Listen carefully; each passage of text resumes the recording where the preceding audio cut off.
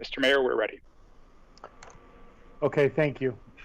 All right, I will call this Tigard City Council meeting to order. Roll call, City Recorder. Council President Goodhouse. Here. Councilor Newton. Here. Councilor Lube. Here. Councilor Anderson. Here. Mayor Snyder. Here. Youth Councilor Calderon. Here. All right, thank you. Let's move to the Pledge of Allegiance, and as we've been doing, Keelan, please display the flag, and we will all do this on our own. Muted.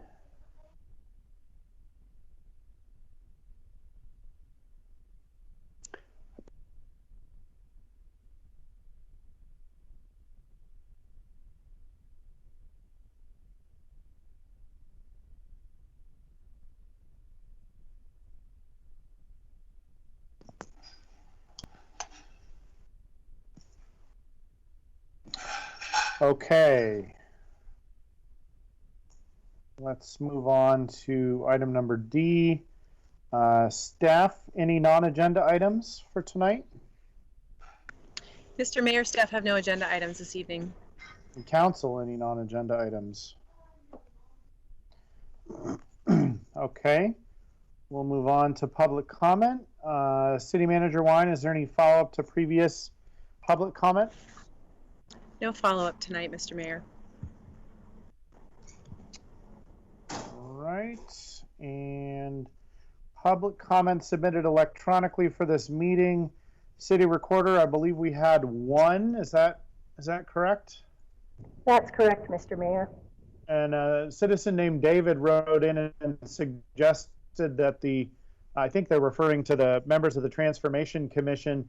Their feedback is that the commission members should read and understand the U.S. Constitution, as it is a foundation for our country and is a supreme law of the land.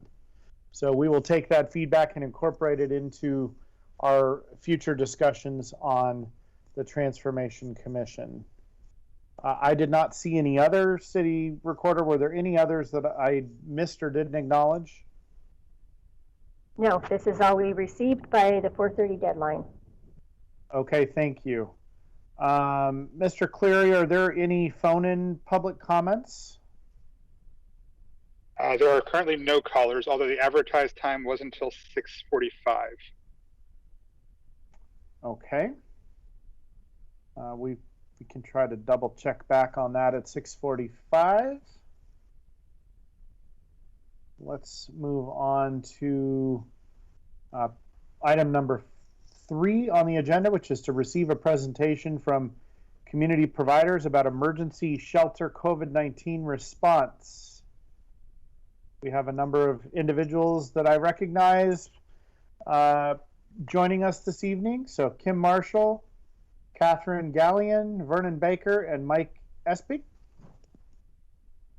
Hi, Mr. Mayor. Thank you so much for having us.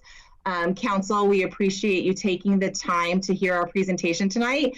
Mayor Snyder just announced who was on the call with us, and so I don't need to introduce them. But tonight we just wanted to tell you about our shelter response to COVID-19, do a quick summary and some of our lessons learned. Next slide, please.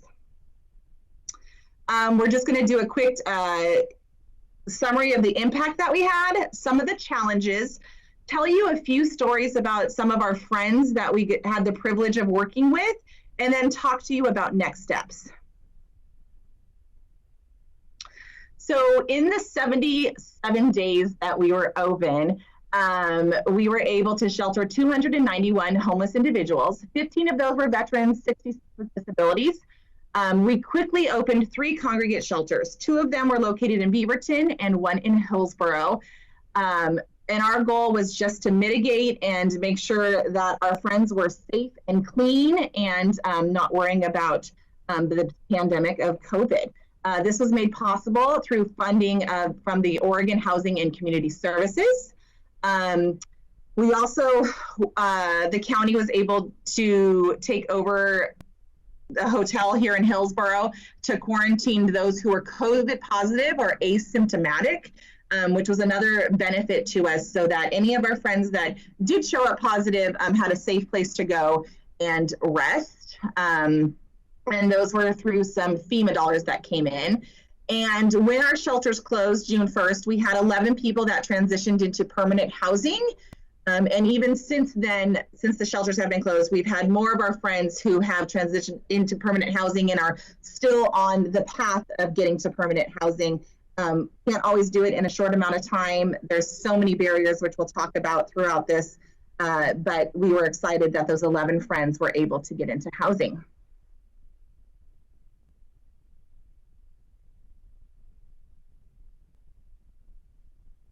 Vernon.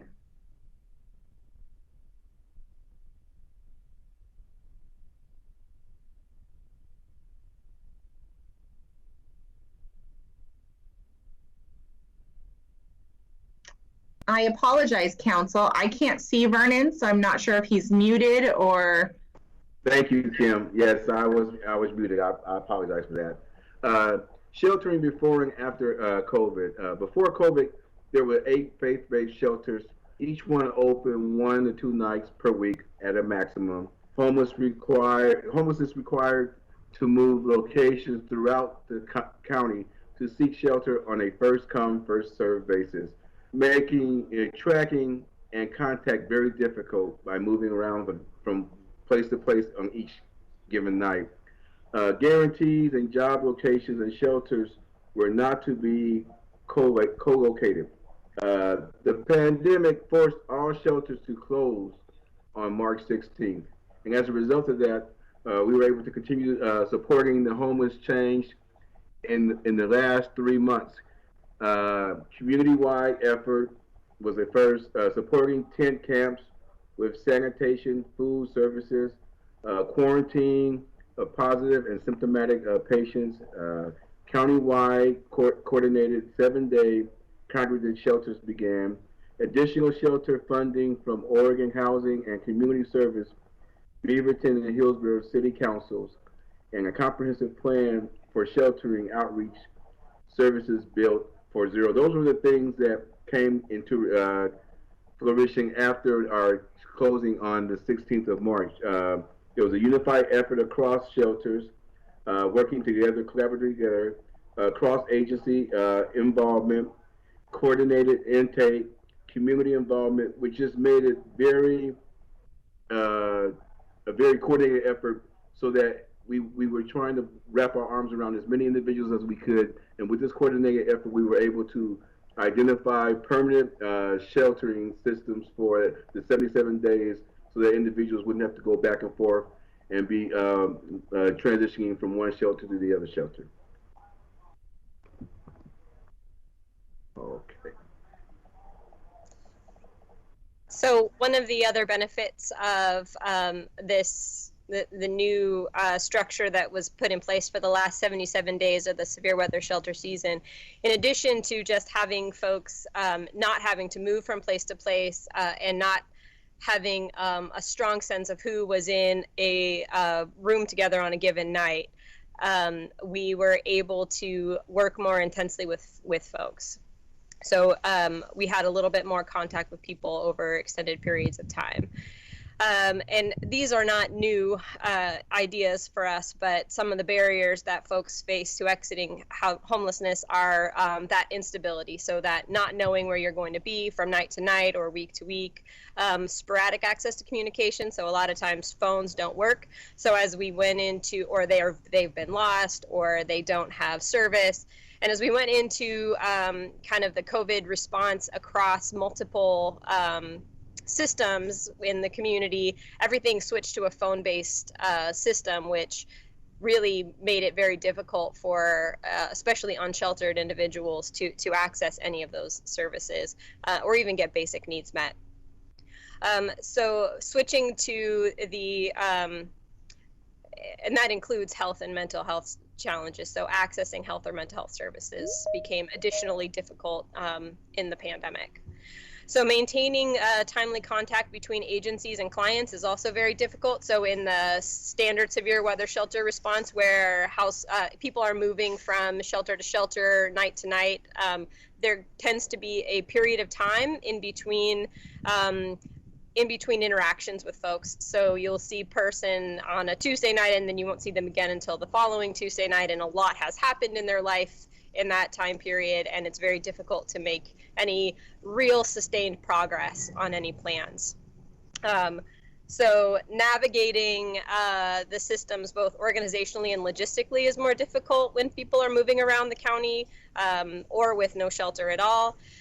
There is an ongoing lack of supports for mental health and substance abuse treatment in the community, and very few opportunities to kind of bridge that people need today and are willing to engage in today, and what they are able to access because they have completed an assessment and qualified for services, or that services that are Medicaid billable may not necessarily be exactly what a person is ready to engage with right this moment.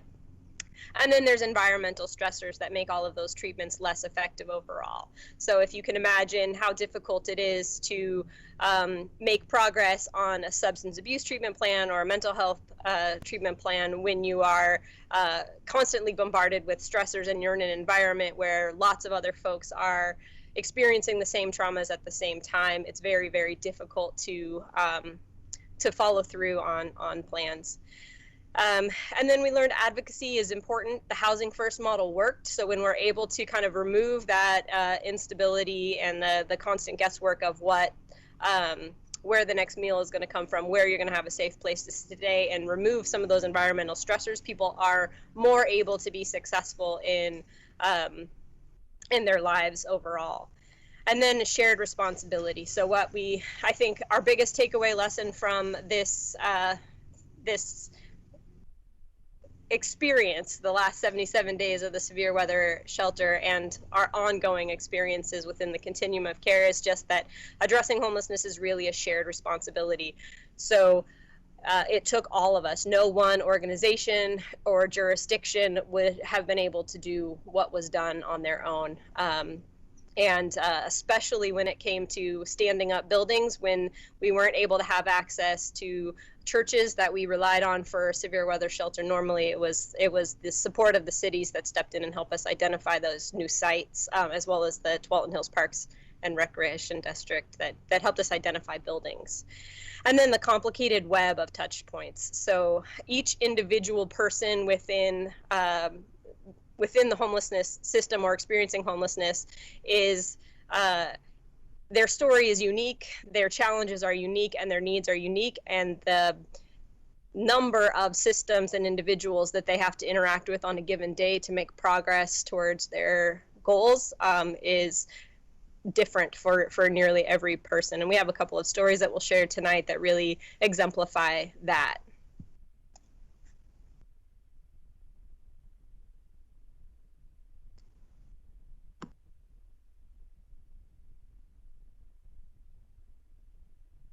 So our first story is about our friend Skeeter, and in the report that you got, there's a bunch of stories that we hope you will read, but we wanted to highlight two of our friends. So Skeeter was once a promising musician sustaining a traumatic injury, which caused him to be unable to sustain with his autoimmune daily living. He did manage to get SSDI, but unable to manage his finances. He was vulnerable to fraud, which did happen. His former partner took all of his finances. The SSDI was directly deposited into her account, so he ended up on the street. And then a collaboration of a bunch of partners and agencies came together. And so through the Washington County Continuum of Care and some community partners, we were able to start really just conversations on how we can help him. The Hillsborough Police Department opened an investigation into the possible fraud, and we found out that it was fraud. Our assist team worked with him, working to get his SSA stopped and redirected into an appropriate account. And we actually are at a point now where we're just waiting on his check to come so that we can take next steps with him. Project Homeless Connect and Luchtdorf have been in contact with his family. And so we're at a point right now with him where his brother, who lives out of state, is actually going to be coming to help transfer him to live with his brother and become his caretaker, which is really, really fantastic. So he's going to be in a safe environment with a family member, and it's just critically important for this man to have that type of care. He's in a state where he'll be walking down the street and not know what's happening and just walk right into traffic because he kind of goes in and out of lucidity. But it took so many of us working together to actually start to make way for this gentleman, because we had to get his birth certificate and get him an ID so that we could get into his bank account, and all these barriers that someone with a traumatic brain injury can't do alone. So this really highlights the collaborative process that it takes.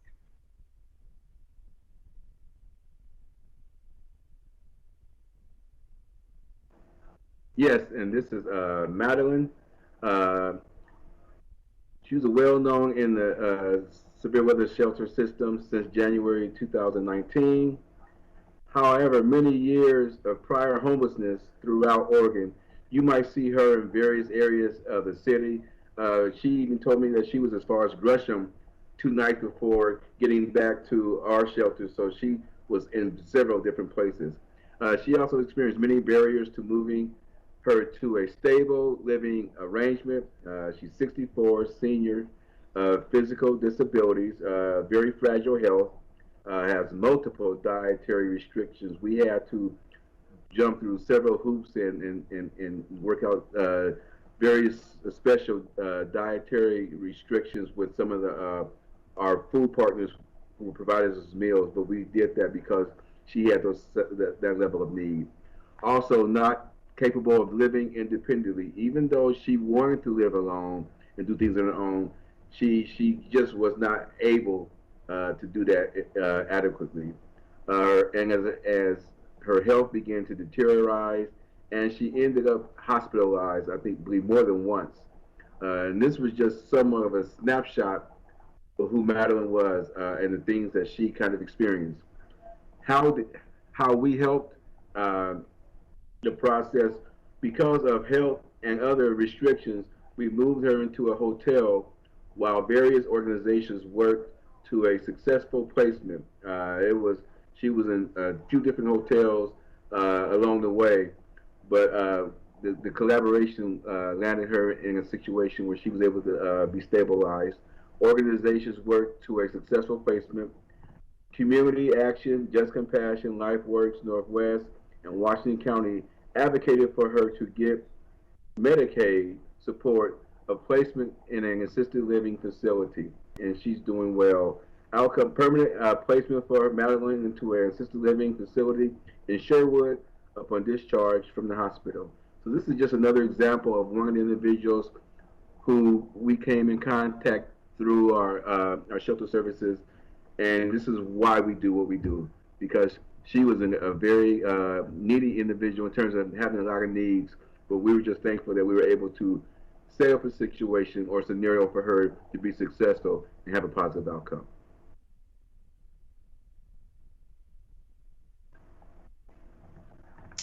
Okay, hi, I'm Mike Espig.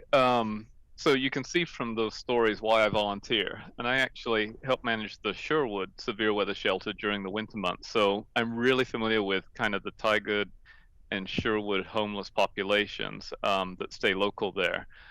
So as you see, we're saving lives, and this is first and foremost, a life-saving effort. We got to get people off the street during the coldest months of the year. And we have been operating as kind of 8 small independent shelters during the winter season, but because of the COVID pandemic, we can't do that this year. We have to be able to do tracing, monitoring, all of those things required by OHA. So I'm going to talk a little bit off script just because, I know you're homeless and they're friends, As you heard, when we had to open these emergency shelters, we had 2 in Hillsborough, we had 1 in Beaverton. We didn't have any in South County. And as we move forward, we want to fix that. We want to have a local shelter in South County where the local population stays, where they're not being moved around each night to Forest Grove, to Cornelius, to Hillsborough. And we want to have similar kind of hubs in the other locations as well. As I said, we have to have a more coordinated, localized shelter solution. And this not only, helps the homeless, because then they can have jobs and we can bring in services to help. It helps the community as well. As we bring in those services, we're helping that local homeless community. So we're here tonight just, first of all, asking for your goodwill and your support to help make this a reality. We want to have a 7-day-a-week shelter, during those winter months where we have people, the local population there. And we have to start preparing for that now. As you've heard, we worked in a very coordinated manner between the nonprofits and between the shelter systems, and we've shown that we can do this. And not only for the people that we want to shelter, but for those unsheltered, those that don't want to be in congregate shelters, we want to be able to support street outreach and day centers and other harm reduction efforts. Vernon Baker runs Just Compassion down in Tigard. So we want to service that populations too. So for you, if you can help us mitigate these siting challenges ahead of time, identifying locations for emergency shelters. We had not planned for this pandemic at all. And, there's this mad scramble, as, Kim and Catherine can attest to, where, we're taking over a hotel so that we can run it to keep homeless people with COVID off the streets, not in the libraries, not riding around on TriMet, trying to contain them. Having shelter sites for the severe weather season and building this full-time asset in the community so we can start really delivering services to those people. So you will hear from us again, but that's what we're here tonight to kind of tell you how we address the situation and kind of grading how we did and where we need your support moving forwards. So thank you very much. Thank you, Mayor Snyder and Council. We appreciate your time this evening and letting us do this presentation for you. We hope you will take the time to read through the report that was given to you, and we would love to take any questions that you have. Well, Kim, before we start on questions, I want to just thank the 4 of you and the hundreds of people that you represent for really doing incredible work under very challenging conditions normally, and then to have the COVID pandemic thrown on top of that is just, I just want to personally, on behalf of the citizens of Tigard and the city, thank you for the work that you're doing, both for our city residents and community, but also all of the South Washington County area. So thank you for that. And, it sounds like, I guess what I'm, before we get to council questions, I want to find out if I assume there's been some sort of staff discussion about this at Tigard. Is this presentation's probably not a surprise, I'm guessing. So is there an ask specifically of the council or of the city? I heard some general sort of, we need your help, but Kim or others, is there a specific ask? There's always an ask. I mean, the ask can go on and on. We wanted to present what we did over these 77 days. We really wanted to, like Catherine said, highlight the collaborative effort that went into it and talk about our shared responsibility. It was, again, what Catherine said, it wasn't one person or one agency or one jurisdiction that took this on. It was all of us coming together. And that is one of the key things that we took from this experience. I mean, the 4 of us plus many others were on a call 3 days a week, Monday, Wednesday, and Friday, engaging in conversation about the shelters and funding and doing case conferencing of our clients. And it was that kind of intense collaborative effort is why we didn't have any COVID positive cases, and is why we were able to move 11 people into housing and make sure that those that were medically fragile went into a hotel that was appropriate. And so that was really our big umbrella message is how do we best make sure that we're all working together having these conversations, Mayor? And, we know Kent and that we participate in the roundtable conversations, which have highlighted homelessness over the last couple of years that those have been happening. We know that you guys have this important issue as an agenda item, and it's a goal that you focus on, and we are so appreciative of that. we're asking you to look forward to this winter shelter season. And as we have to look at things a little bit differently because of COVID and the CDC requirements, is there a building someplace where we can house 30 people for 90 or 120 days consecutively versus sporadically, to make sure that we continue to lower the curve and that our homeless friends stay clean and safe and in a proper sanitation? Is there a conversation about a year-round shelter? How do we bring all 9 cities together and start that conversation about, we're not asking you, Tiger, to do it alone, but as a collaborative effort, as a county-wide effort, how can we talk about a year-round shelter for our friends? Currently, today, our friends have no place safe to sleep. They're being moved from their camps. There is no shelters, and that's just not okay. And so really, we just wanted to start the conversation and continue the conversation, with you guys. You guys have been part of these conversations. Specifically talk about the upcoming severe weather shelter season, and highlight what we learned over those 77 days. Because the big takeaway, besides the privilege of being able to serve our friends, was when we work together and we all come to the table, we can do really, really good things for those that we're serving. So Kim, the other thing that I would throw in here, and this may be as much a question for our staff as it is for all of you, but what role can the funding that has now been approved through the Metro Homeless Services Wraparound Services measure? I know the timing of that maybe doesn't hit such that it can be used before this winter with COVID, but is there a consideration there about maybe if we can figure out how to get things up and running, that right behind sort of a startup might be able to be more permanent funding there? I'm going to let Catherine take this one. That's a great question, Mayor Schneider. Thank you for asking. So, one, you're right. The funding from the Metro Supportive Services Levy will not be available. It will start coming in, I believe, April 2021 is when it starts to come. So we have folks outside right now in the middle of a pandemic with no place to go. So a lot of our kind of sense of urgency is around engaging in those risk mitigation efforts that we talked about that are outlined in the report. There's the need for things like additional shower trucks, improved access to sanitation. People need to have access to bathrooms throughout the day. With restaurants closed, libraries closed, those places that folks rely on to access those very, very basic human resources are not available. Places to access phones and computers so that they can start making any progress towards any sort of just the most basic thing of getting their ID is now done online. It requires access to a computer. And there's very little that a person can do without an ID.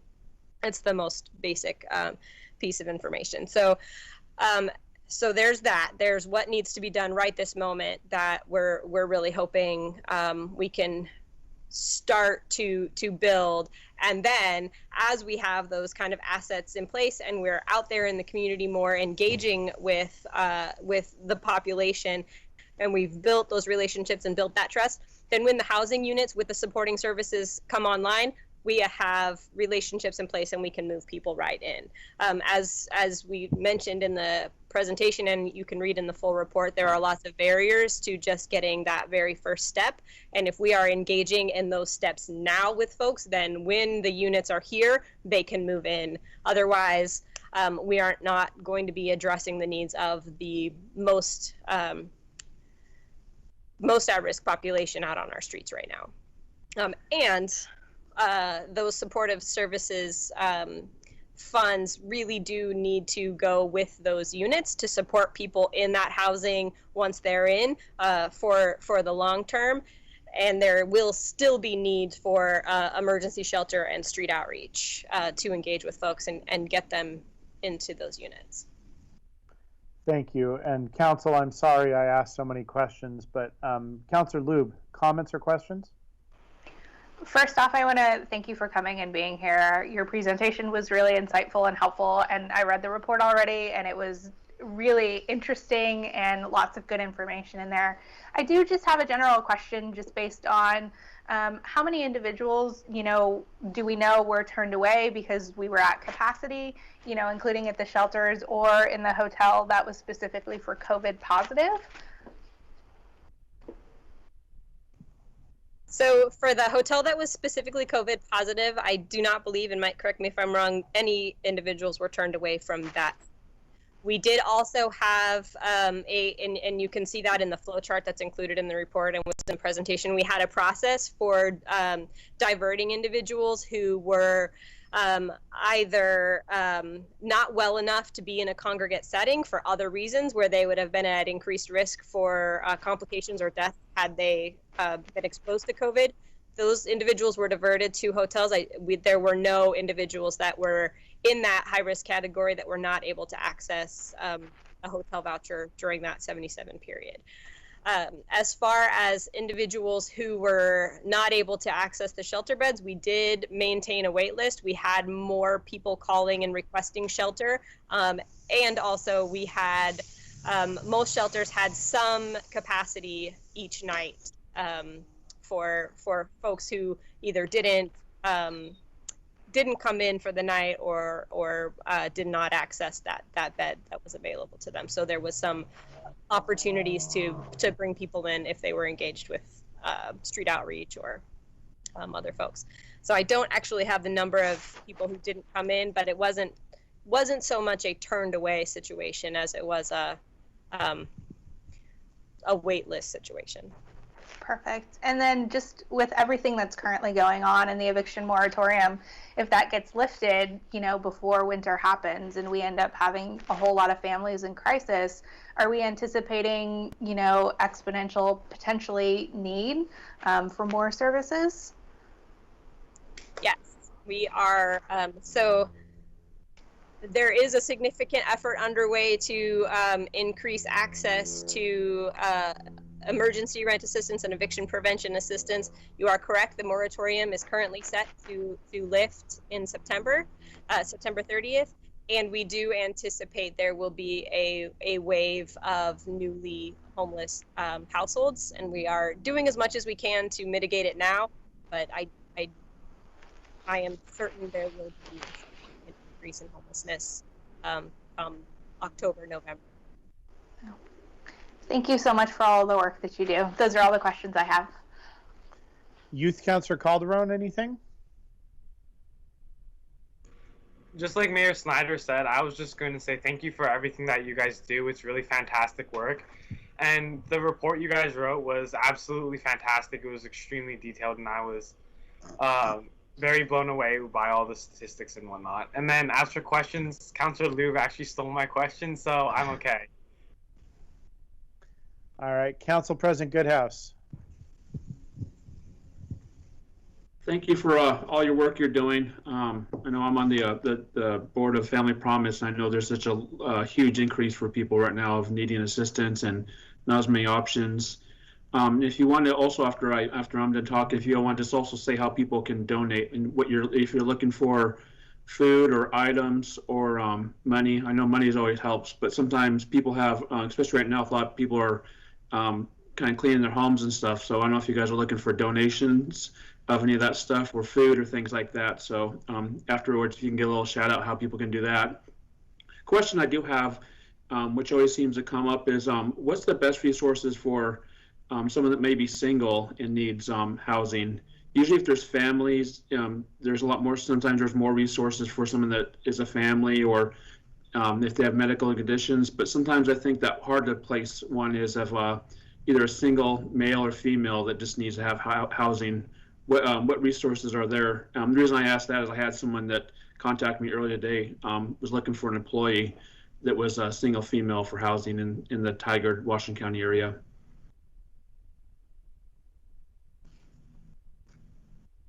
Well, you are correct. There are full-time year-round shelters for families, and there is a full-time year-round shelter for those fleeing domestic violence, either with children or without. But there is not a full-time year-round shelter for single individuals in Washington County. And we are at a point in our history and our growth where that is absolutely necessary. As far as housing goes, we have a coordinated entry system which serves the entire county. So individuals looking for assistance with housing are able to access that system by calling. And if you'd like the number, I know it from the top of my head. It's 503-640-3263. I can put it in the chat in a moment if you'd like. And through that system, folks are able to access a wide variety of housing resources that is best suited to meet their needs.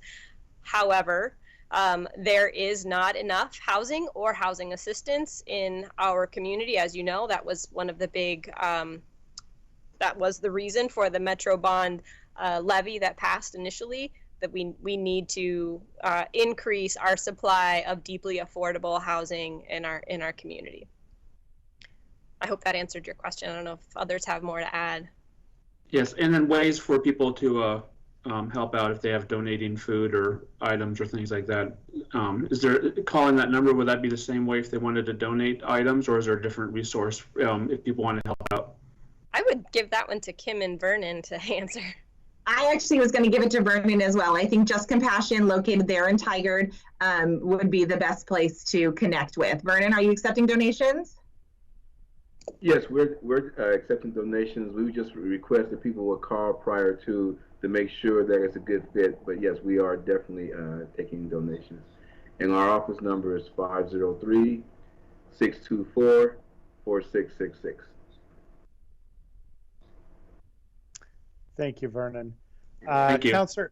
Councillor Anderson, comments or questions?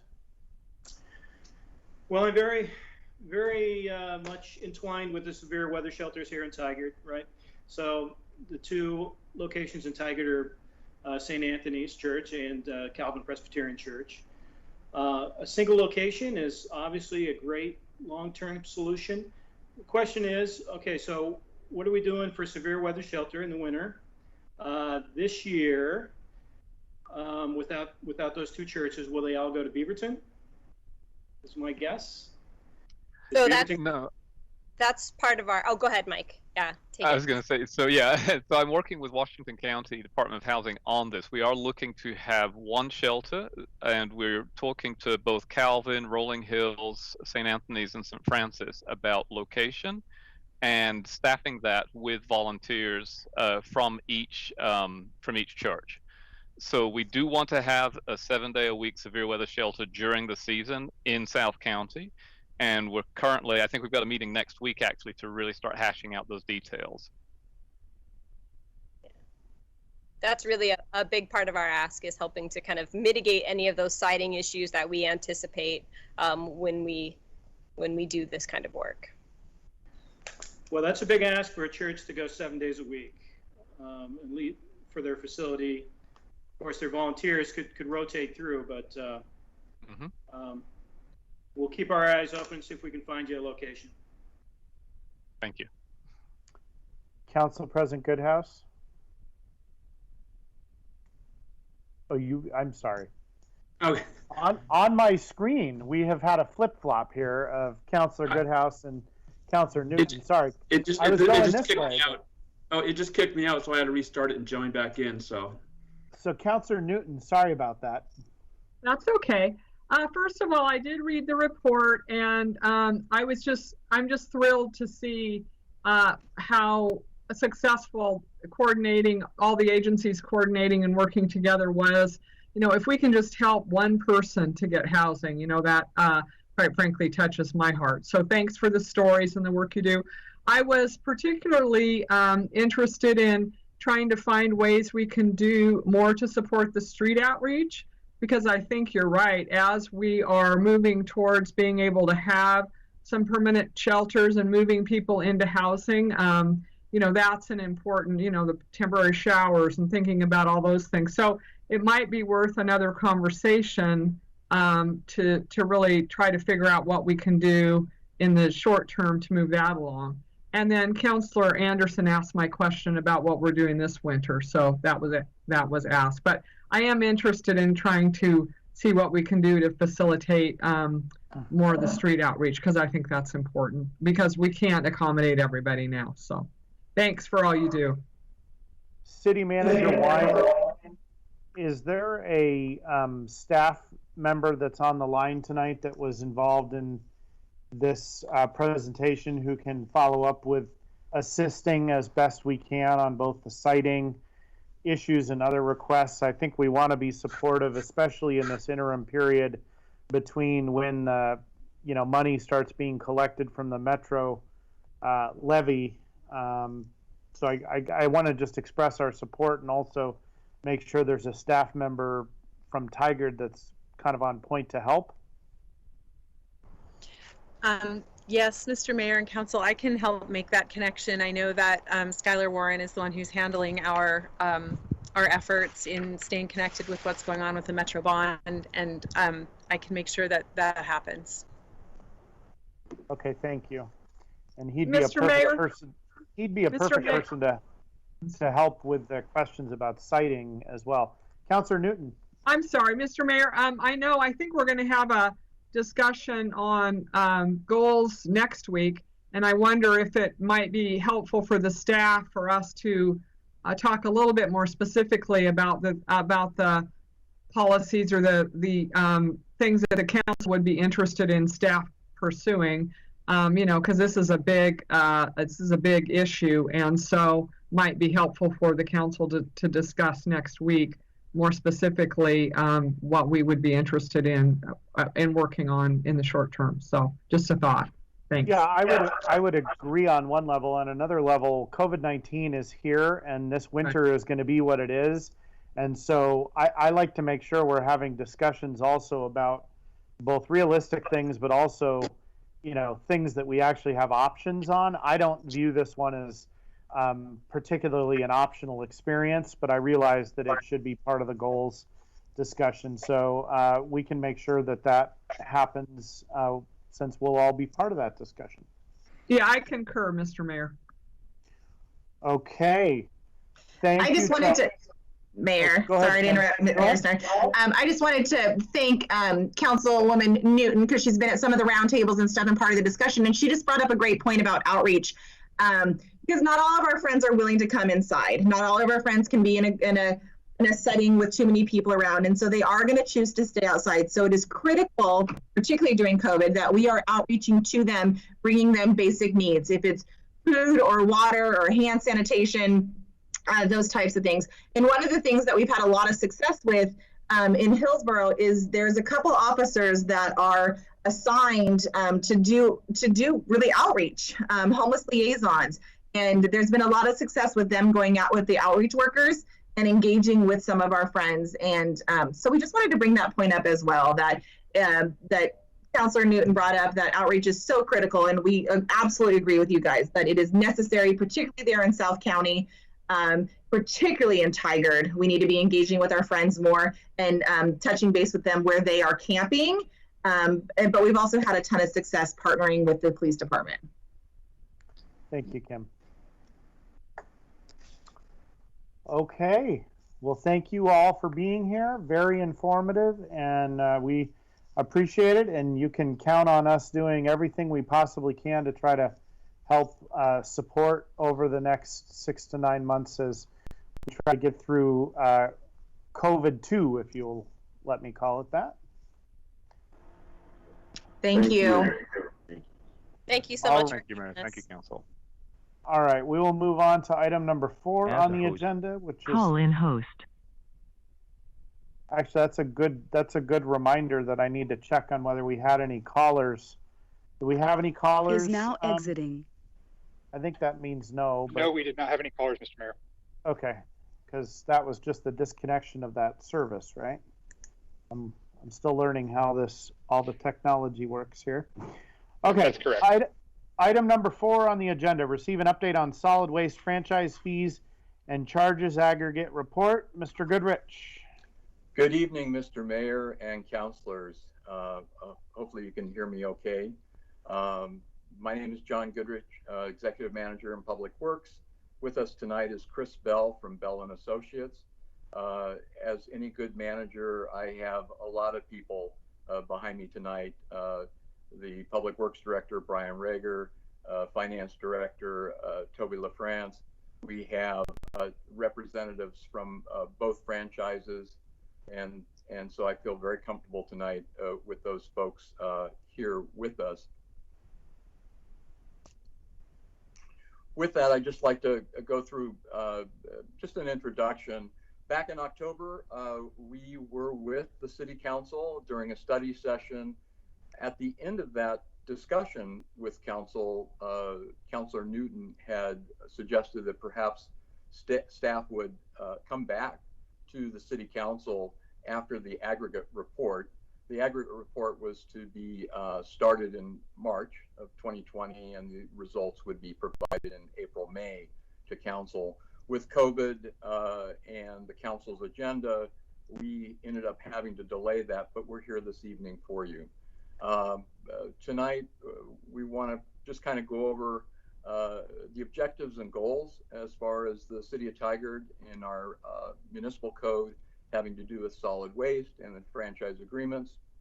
We'll touch upon a summary of the aggregate report, but the aggregate report has been provided in your packet, and the Finance Director has provided a memo kind of with an executive summary of the information from that. And then we'll get into Dropbox rates and fees.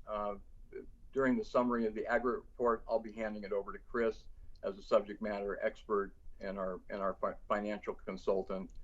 And he has a lot of experience within the metro region having to do with solid waste, and he should be able to go through and provide the information and then take questions from council. We'll also touch upon the franchise renewal overview, which is that 7-year rolling renewal. This was also an area that council had expressed some interest in knowing more about that. And then finally, at the end, council questions. We'll try to get through the introductions, and then after that, I would encourage that this is your time for council. From a staff perspective, we want to make sure that you have the opportunity to ask questions, have open discussion, etc. And so once we get to the aggregate report portion, I think that if there's any questions as we move along, that we should be able to answer those. So please don't feel that you have to hold your questions until the end. So with that, this is an overview map to kind of show what it looks like as far as our solid waste boundaries. Pride disposal is in the lower area to the south, and waste management is in the north. As you can see just from the color coding, 75% of the city's solid waste services are provided by Pride disposal, and approximately 25% are provided by waste management. Overall, our weekly carts are 14,535, with container customers at 797, and then Dropbox hauls, our total is 7,536. So this was just to provide you with some background information, and also for our audience. So the solid waste franchises are tied very close to the municipal code. The municipal code provides how the solid waste and recycling is going to be managed. It provides those exclusive franchises and the service areas as identified in the previous map. And the code is an agreement between the city and franchises. There are no other separate agreements with the franchisees. Franchise agreements are automatically renewed each year for a term of 7 years. Under the terms of the municipal code, council can suspend, modify, or revoke those agreements under certain conditions. And in exchange for these exclusive rights, the city receives a 5% gross cash receipt, which we commonly call a franchise fee. So the rates are set by the city council. The annual financial report and rate review process is established in the code. And that's what occurs in March 15th of each year. And then the aggregate report is reported out by April 15th. And we have a revenue target that's between 8% and 12%, with 10% being the optimum target that we are looking for.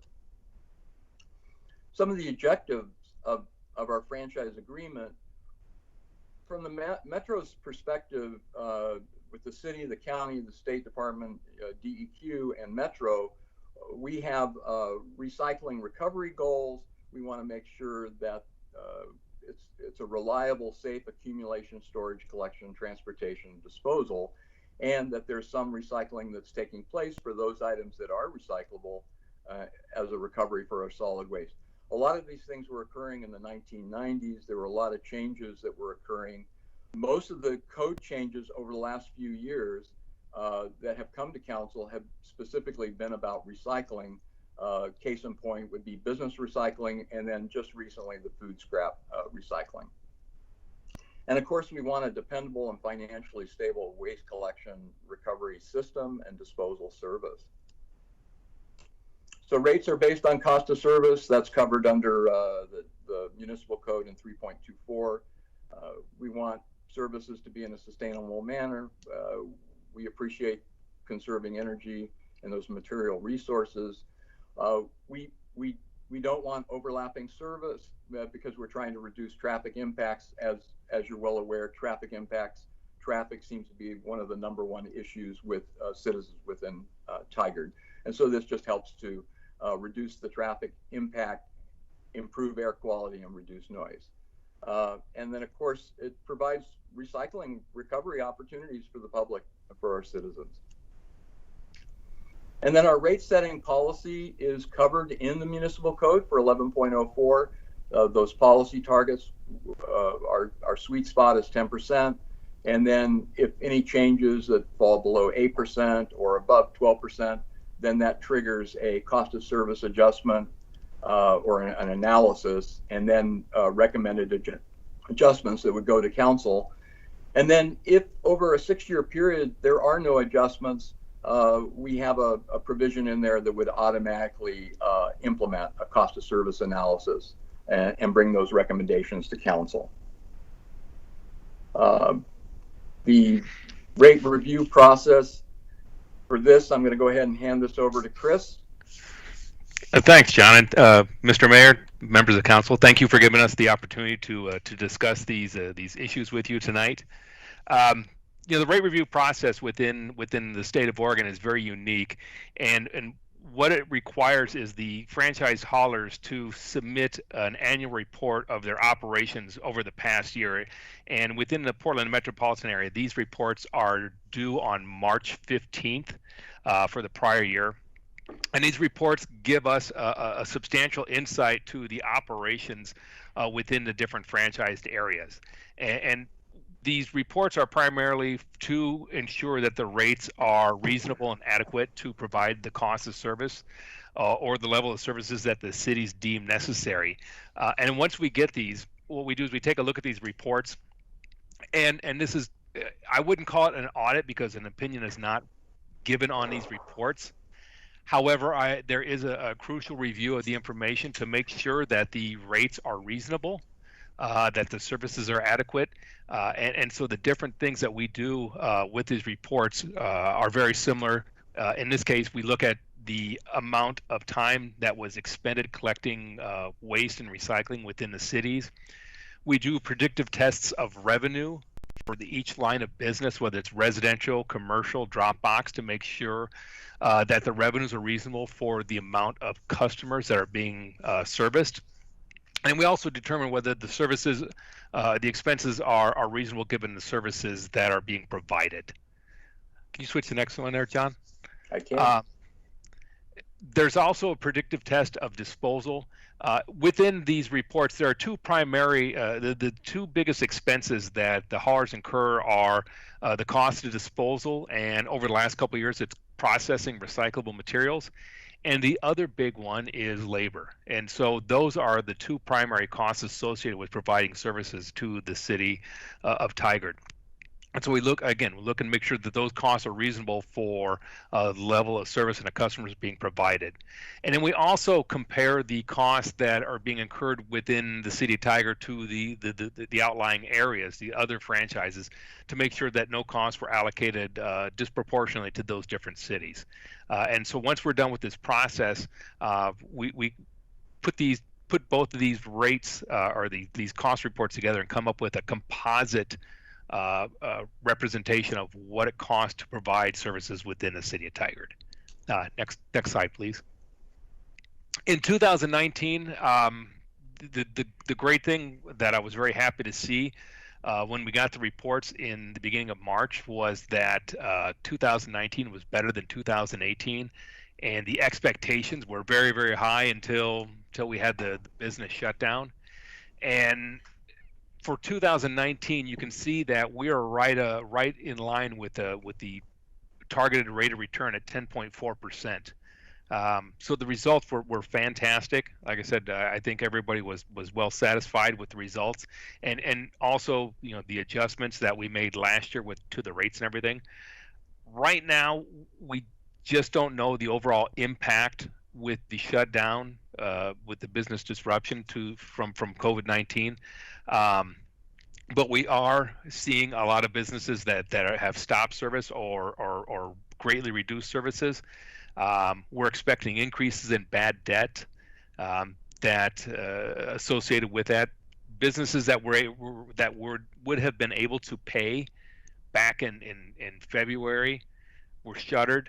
And so we're expecting that those costs will be carried for a couple more months by the haulers, and at some point they're going to start to write those bad debts out. So we're going to see an increase in that. The other pending increase that we were just notified of last week was Metro's increase to the tipping fee. And to give you some background on that, Metro every year sets or adjusts their rates to be effective on July 1st to coincide with the beginning of the fiscal year end for government agencies. They didn't do that. They pushed it back because they had some specific issues and they weren't sure how to calculate those. They've recently come out and said they're expecting to increase their tipping fee by $8.85, and a substantial amount of that, approximately $3.75 is going to be passed back in the regional system fee, and another $5.10 is going to be assessed at their operational level. However, both haulers in Tigard utilize their own transfer stations, but they will also be incurring increases from Metro and also their internal costs. A couple things that need to be taken into consideration is Metro sets their rate at their transfer station at a set dollar amount, but they also control the number of tons that are being delivered to each of these transfer stations, whether it's Waste Management's Forest Grove transfer station or whether it's Pride Disposal's Pride Recycling transfer station in Sherwood. And the increase, or excuse me, the flow of those tons dictate how much those companies have to charge. So when tons are reduced to those transfer stations, their costs increase because they have fixed amounts or fixed unit costs that have to be covered. So the increase in Metro's tipping fee from the regional system fee and the impact of tonnage restrictions are going to increase the overall tipping fee within Tigard, and I would expect it to be from anywhere from $108.50 to $110 per ton, and that's an increase of anywhere from $5 to $7. Right now, both companies are assessing what that overall amount's going to be because they were just again notified on Thursday what the rate's going to be. So I would expect both of them to both those companies come out with something officially and say this is what the cost is going to be for disposal. Next, please. Next slide, please. Dropbox service. When we met last year during the rate review, the question came up. I think I recall either the mayor or one of the council members asking about open market Dropbox. And so right now, under the regulated franchise, the city determines or dictates what the rates are going to be, and what the service is going to be. And it's very responsive. It's non-discriminatory. If somebody from the city Tigard calls up their respective hauler and says, "I need a drop box," they get a drop box, and it works pretty efficiently. However, there are other alternatives out there. Next slide, please. There is the competitive market, which is the city of Portland, and in that market, they have numerous haulers or numerous companies that provide drop box service, and it's up to the resident or the business to determine what company they want to go with. Rates are sometimes negotiated. Rates are sometimes dictated to what the market's giving at the time. So there's not really a set rate. A customer could get a good rate or a good deal one day, and the next day, because there's a short supply of drop boxes, could pay a substantial amount. The service providers provide the service, but again, it's not guaranteed.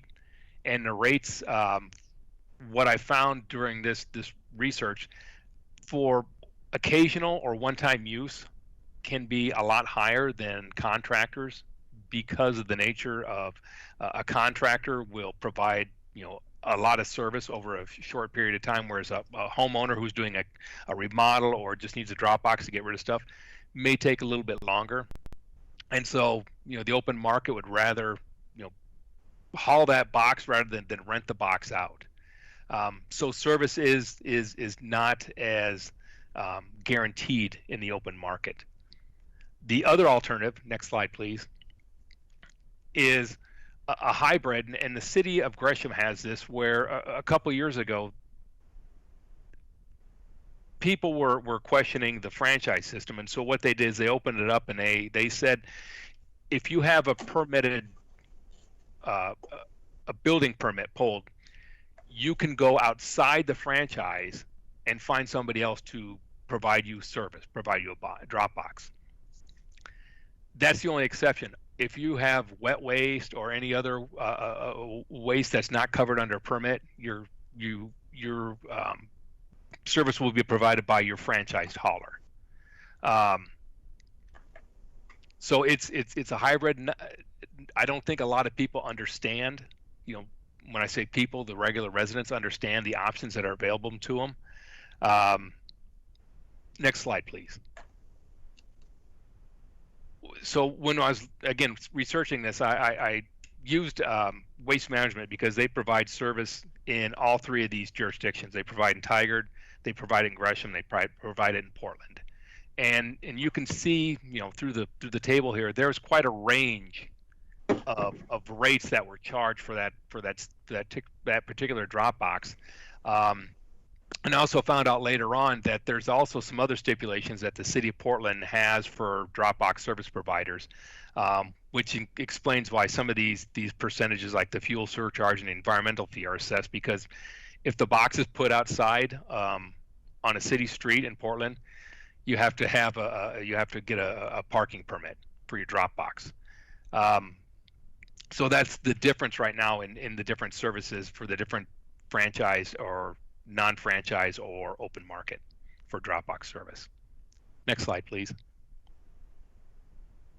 So the rates, again, this is a little comparison of, and just kind of a summary of the difference between a franchise market and a competitive market. My experience, or my opinion, is that right now the city has a really good responsive system where if somebody wants a Dropbox, they can get a Dropbox. They know what the rate is. There's the big unknown in this case in a franchise is what the tipping fee is going to be, what the disposal fee is going to be. In the open market, it's not necessarily clear what you're going to be charged on a disposal fee. We know what it's going to be here. So this is a quick comparison. Next slide, please. This same issue came up a couple of years ago in Hillsborough, and the recommendation that I've given for consideration for the city of Tigard is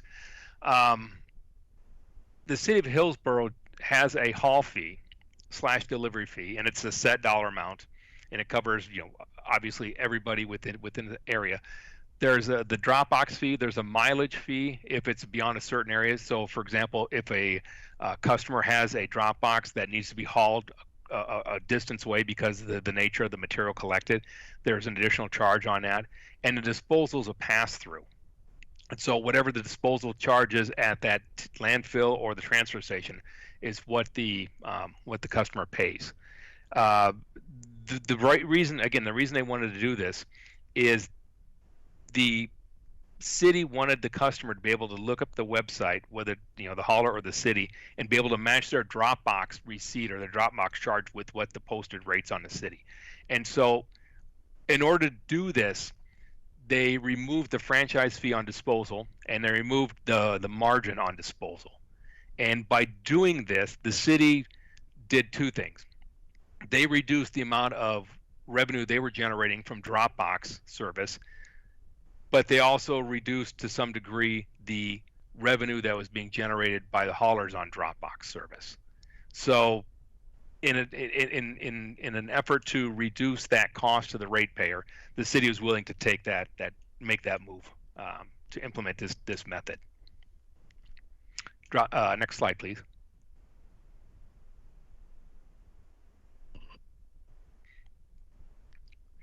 The other question that came up is on the franchise renewal. Is it a rolling renewal where every year it adds another year, or is it a fixed term? And there are some cities within the Portland metropolitan area that have the rolling franchise, and some of them have a fixed term. It doesn't roll. It goes. For example, Lake Oswego, I believe, is 7 years, and they're about 2 years out from their renewal. Some cities have evaluations at the midpoint of the franchise to determine whether the franchise or the franchisees are providing the level of services that the city requires, whether the customer service is adequate, whether the rates are reasonable. And Beaverton has this evaluation every 3 years, and it could be internal, it could be external, but they do review the status of their franchise and make a determination whether they want to continue the franchise or not. Next slide, please. The rolling benefits, it adds an additional year if no action is taken. So it can, and most of the rolling franchises are 7 years, and the reason it was 7 years was selected is, excuse me, that is the time that we put in the rates for full depreciation of trucks and containers. And again, the franchise evaluation is the opportunity for the cities to determine whether they want to maintain the current franchisees, whether they want to make changes, whether they want to discontinue the franchise rolling or set it to a fixed term. Next slide, please.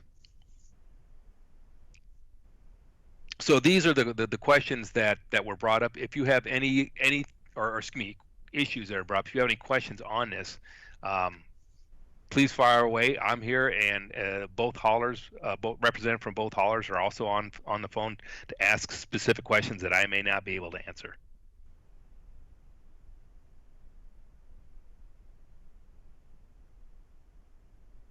Sorry, I got to wait to come off on mute. Takes a few seconds there. I don't have questions of the haulers. I'm particularly interested in your description of the Lake Oswego franchise review process, only because that's a little different than perhaps what we've heard the standard is. If I understood you correctly, were you saying that in Lake Oswego they review and make a decision, like they have a fixed term period, and at the end of that or near the end of it, they then review and make a decision for the future? Or did I misunderstand that? No, I didn't communicate that clearly. Lake Oswego has a fixed term, and a couple years ago they moved to extend that term with Republic Services and required some of the things of Republic Services. That didn't happen for whatever reason, Republic Services didn't submit a full. There was specific things that the city wanted Republic Services to commit to and to do, and that didn't happen. And so the result is, in I believe less than 2 years, that franchise could either be renewed with their current service provider, which is Republic Services, or the possibilities out there that the city could put it out to bid. And if they did put it out to bid, that would be the first one in about 20 years. And interestingly enough, the former city manager who was at Lake Oswego was at the city of Sandy when they put theirs out to bid almost 20 years ago. Okay. Who's got questions for either the consultant or the haulers? Dean, I see you're there, and I'm guessing, I can't see on the screen, but I'm guessing we've got somebody from Pride on the line as well. Councillor Anderson, any questions or comments? Oh, hi, Kristen. Good to see you. Actually, no questions or comments. Youth Councillor Calderon? No questions or comments either. Council President Goodhouse? None for me. Councillor Lube? I actually have lots of questions.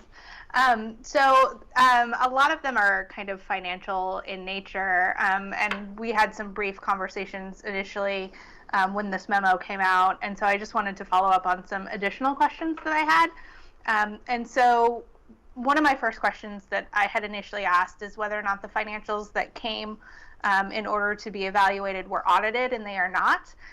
So I have, sort of a follow-up to that. Are these this financial information that's coming to us, is this coming directly off of, like, for instance, their tax return, or is this just something that they're sending to us from their financial software that has no exterior validation to them? Both the haulers submit, it's off their financial system. I can tell you that we do site visits to both Waste Management and to Pride in the past. And this year we would have bothered Waste Management as we always do on behalf of the city of Beaverton, but the quarantine kind of took care of that. The financials by both companies are, well, let me back up. For Waste Management, it's rolled up into a bigger company, and they're ultimately audited. They may not be audited at the hauling level, but they are audited by the overall company every year because they are a publicly traded company. But we do tie out the financials to their general ledger system. And again, that general ledger system is tied to the overall company. So if there's fraud, chances are the person that's doing that's not going to be there, because there's a lot of stipulation and a lot of pressure put on CPAs, and the people who are overseeing the financials at Waste Management are CPAs, and they could ultimately lose their license and in some ways go to jail. For Pride Recycling or Pride Disposal, the 2 times I've been out there and again, for Pride Disposal, their CFO is also a CPA. And I can tell you that when I've reviewed their information in the past, it's tied out to the penny. The information from both companies has always been very reliable. And even though we don't do an audit, which would be a substantial expense to the cities who wanted that, we do have enough information on the other side from the operations to ensure that the amounts that they're reporting to the cities are reasonable for their operations. So there's a lot of things in place to make sure that they're not overcharging and not, in some cases, undercharging. Okay. In regards to the cost components that you gave to us on the aggregate report, there's revenue and allowable costs, and so I'm just wondering, under allowable costs, are there, that's, I believe you teased it out, so it's kind of Tigard specific for those items. But are there discretionary things that are included in those allowable costs, things like bonuses and stuff like that, that could be discretionary, or are those just direct costs that are related to the service that's being provided to haul waste? There's the only bonuses that we allow in the past have been to driver bonuses, and those are minor amounts, and typically those are given for performance such as not safety performances or things along that line that are operational, that are reasonable. In the past, what we've done and what we requested the haulers to do, and we've been through this 20 years, if there are items that they know are not allowable, a lot of them will not report them. They'll segregate them in separate accounts. One of the big things is contributions. Those are not allowable. Bonuses, what you were talking about. Usually the haulers, if they're a smaller company where they, let's say Pride could do that because they're a small company, they don't report those under the operational results. They segregate those, and so those are typically at this day and age not included in the financials. And if they were, we would remove those or adjust those on the report. Okay. And as far as the return on revenue percentage, when you break out the allowable costs and the franchise income, is the franchise income included in the allowable costs, or is that something that would come out after the return on revenue? What's sort of the that's the byproduct. So the franchise income is simply the revenue less the allowable expenses. So that's the profit. That's what's left. And a lot of people look at that and say, "Wow, that's a lot of money." But I'll put the caveat this way: a couple of years ago, before the recycling market meltdown, some of these haulers were financially in a good position. But when the recycling cost went from $40 to $110, those profits were, or the savings that they had put in the bank for stuff like this, were quickly wiped out. So I look at a margin in the same way that I'd look at the financials of a city, that you have an operating balance or a fund balance you need. The margin or the profit that the companies have are very similar. On top of that margin, they pay taxes, they pay taxes. They use that for capital expenditure. They use that for a sinking fund for when times are low or are bad. And they also use it for distribution of dividends to shareholders. And those, what they do with their profit or their, in this case, their income, it's up to the discretion of the company. Okay. And then I guess just a general question probably to the city, or you may have an answer to that. It looks like the 8 to 10% is actually in our city code. Is that something that's normally in city codes, or is that something that would normally go to, an agreement? Most of the city codes have it in there for the purpose of, because I've got a city that I work with, and it varies. And the difficulty with that is it's a moving target. So when times are tough, they push the margin down a little bit. When times are good, they tend to let it flow a little bit. I think in my opinion, I think it's best to have it within the code or have it in an agreement, have it spelled out somewhere. That way, it's not open to change, political changes. Where if you get a city council decides they don't want to, they think 10% is too much. They want to reduce it down to maybe 5%. It requires a lot of thought, and it's a fair, it's a reasonable expectation for the city and for the haulers.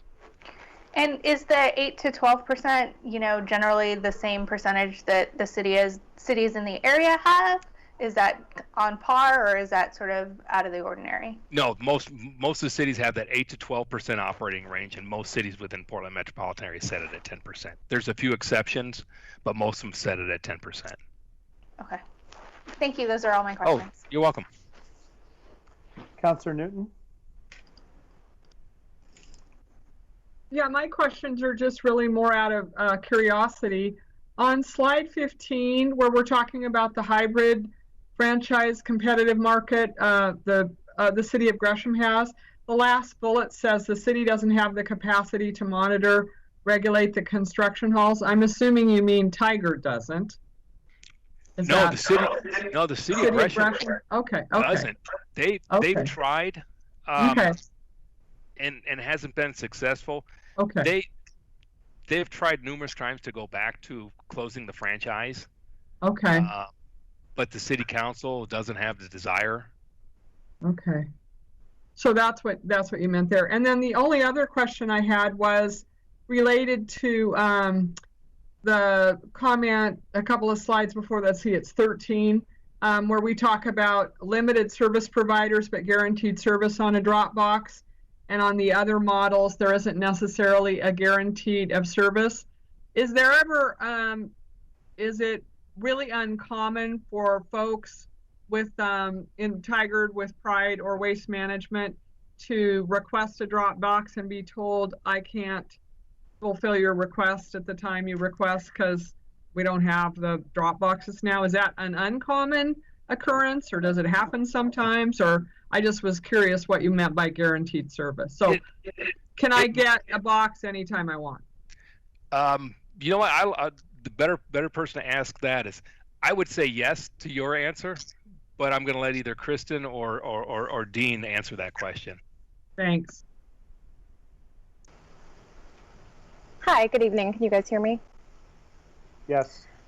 I'm Kristen Leichner. I'm with Pride Disposal. From our perspective, there can be times that we might run low on a certain size, and somebody may want a 20-yard, for example, and we may be running low on that size. And what we would do in that circumstance is we would give them a 30-yard size as another option at the 20-yard price. So in Tigard, actually, the haul fees are the same regardless of the size box. So it's rather easy to interchange them as needed. If a customer wants a 20, we can give them a larger size. If we came to the situation where we absolutely ran out of every size, what we would do to help the customer out is we would subcontract that work to another hauler to make sure the customer could still be taken care of. So there would be very little chance that we would just have to say, no, we can't provide that service. Okay, thanks. Those are all the questions I have. Kristen, how often do you guys have to do that? I have never experienced needing to subcontract anything out. We've always been able to kind of make do with the sizes available, or, you know, we're running low, but we see that a box of that size is being pulled that afternoon, so we can get it taken care of later in the day. So we've never had to sub that work out, to my knowledge. Thank you. So my question's about Chris, I think you were giving the presentation on the Gresham hybrid model, and I guess I'm looking at that, and it's interesting to me that it appears like the total cost of their Dropbox service is lower. Do you attribute that to their partial hybrid model or not? No, when I contacted Waste Management, they quoted me the franchise, the Gresham franchise amount. And the reason is because it's already set. There was no negotiation, none of it. It's if you want a box, here it is. So they treated it in the same way as a franchise. Okay. So that, I mean, obviously that's not accounting for whatever somebody that's using the hybrid construction permit model is. And I guess the comment I would make to Councilor Newton, this is in partial response to your questions of the haulers, because there are people that have had frustrations with I wouldn't say the timeliness, but the timing of particularly of pickups and then replacements of a drop box, particularly on the weekends. And I think that's I guess where, Kristen, just so you know, where and Dean, for both of you, where I've heard most complaint has been someone who is doing a big home project, and they're necessarily doing a lot of that work on a weekend.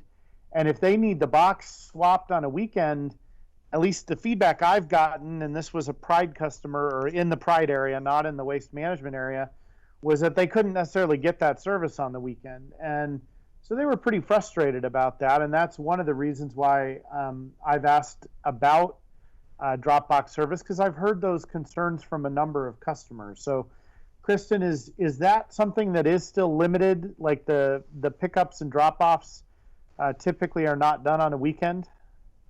Our standard schedule would be Monday through Friday, but we definitely do offer weekend service kind of on a special circumstance. My General feedback on that would be we're happy to have Saturday service be available, but generally because we don't have drivers work on Saturday, when we do it, there tends to be a higher cost for that, because with our union contract, if we call in a driver for work, even if they have to be paid for a minimum of 4 hours based on the contract. So if there's only one box scheduled on a Saturday, the cost of bringing in that driver to do that work is higher than it would be to do it in the middle of a day on a Tuesday, for example. I think from our perspective, it would be helpful if that's a direction that council would like us to offer weekend service, that perhaps there be a rate established for that, so we can all be on the same page in terms of what that fee should be. Should it be the same rate? Should it be a higher rate for a weekend service? That would be my suggestion on perhaps how to fix that problem. Yeah, I understand the cost part, but right now, you know, it's very difficult from my perspective to defend or wholly defend a franchise when we literally basically say that like a certain part of the service just isn't available. So I think that it would make sense, and if Pride's costs on average are going to be higher, or Waste Management's costs are going to be higher, I think that's okay, as long as it's reasonable and what your costs are.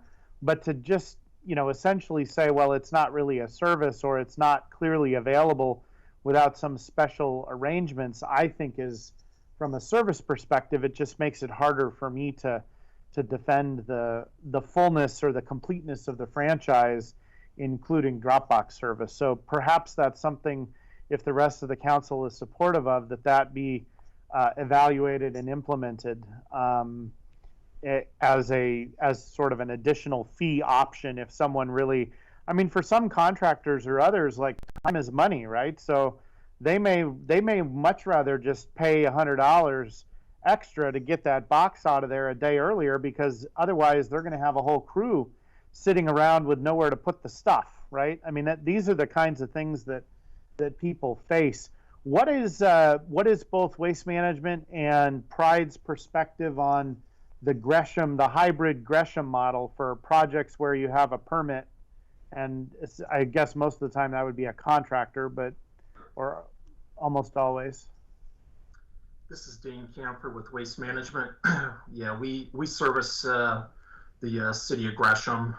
It's an option for you, but consider there's no franchise fees charged on the disposal for those drop boxes, so the city's not getting the same revenue that the city of Tigard is.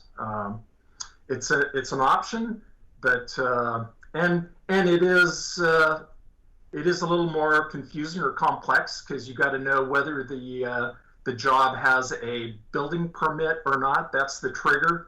If they have a building permit, they're exempt from the franchise system. So somebody has to be able to monitor that. And then, as Chris expressed, the city doesn't have good controls over who's doing the work in that unfranchised area, because those other companies aren't reporting the information to the city. So I would caution you on that option, but it is an option. Kristen, any feedback from Pride? Having not worked in a system like that, I would defer to Dean on that, but it does, the regulation and how, you know, whether we would be forced to potentially ask a customer to provide us with a building permit, and, you know, where that regulation would be, I do have some concerns about just the process there. But if there was a process set up that could be monitored by the city, then, you know, it's something we could definitely work within. All right, thank you. Council overall, Council President Goodhouse, did you have more questions or comment? I just have one question. Is looking at comparing cities, does it also, was it taken into account with those rates, how far those cities might be from where the home base, I guess, per se, of each is? For example, if we're close to Pride Disposal, but if we're looking at some of the Gresham models, does those factor in distance that those trucks have to drive compared to when we're looking at those rates? Yeah, the distance in Gresham, Gresham has 2 transfer stations. They have one transfer station located within the city, and they have one right outside the city. So the drive distance to drop and then they also have a C&D sort or a C&D facility close by is a little shorter than it is for Tigard. Okay, I just wanted to make sure that I don't want to be looking at rates and maybe thinking that one of their model looked better, but then you have to take into account the geographic location and everything. And if we switch something, may not be the best model for us. And when you start looking, I think, at other franchises, you don't want necessarily multiple different vehicles coming into areas or taken away, and then maybe costs going up. If one franchise agreement had to be spread out, then maybe you might look at an increase in costs as well. So I don't know if that was factored in, where if you open that up with your existing service providers, then increase their fees because they're not getting the full service. Well, one of the things that you just brought up too is when customers have had problems with haulers that are not in the franchise in Gresham but outside the franchise, and they've had billing disputes, the city can't do anything for that customer. That's an issue between the hauler that they've contracted with and themselves. And so the person I've spoke with, the person who's over that, is named Shannon Martin. He said he gets a couple calls a year where people are complaining about the quote over the phone was one thing, and what they got charged was a lot higher. So that's one of the downfalls of that system, unless the city's going to contract or track those other contracted haulers to in some ways. That's again one of the downfalls, and I don't think you guys have somebody who's full time in that position, whereas the city of Gresham has 4 people in their solid waste department. Okay, and on your topic, Mayor, I think that I'd like to, as a council, look at adding or looking at the weekend rates for franchises. I think it's always good to give residents options. If they want to pay more and they want to get something, I think it would be good to looking at setting rates with our existing franchisees with weekend rates and give that option to the residents. Do other members of the council concur with that, to at least give an option? Yeah, I concur that, we can certainly look into an option. My other question would be, are there other services that, our customers are looking for that are maybe not being provided, something like composting? I know I have friends in Portland who like doing that, and so I was just wondering if we've heard any complaints about not having that kind of a service offered as well. Mr. Goodrich?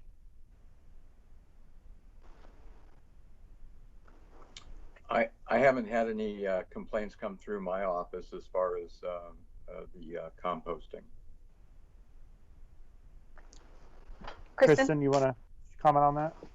Yeah, if I could. I know there's been a lot of desire outside of the Portland area to provide some of those services, and one of the barriers to being able to do that is that there's currently only one facility in the region that takes it, and that's Nature's Needs out in North Plains. And so there's been some concern in the region about transfer capacity for that material. So if for example, worst case scenario, North Plains were to have to close down, there's nowhere else to take it. And so we actually just completed an expansion of our transfer station, which is on our sister company, Pride Recycling. And part of that expansion was to be able to build out transfer capacity for that material.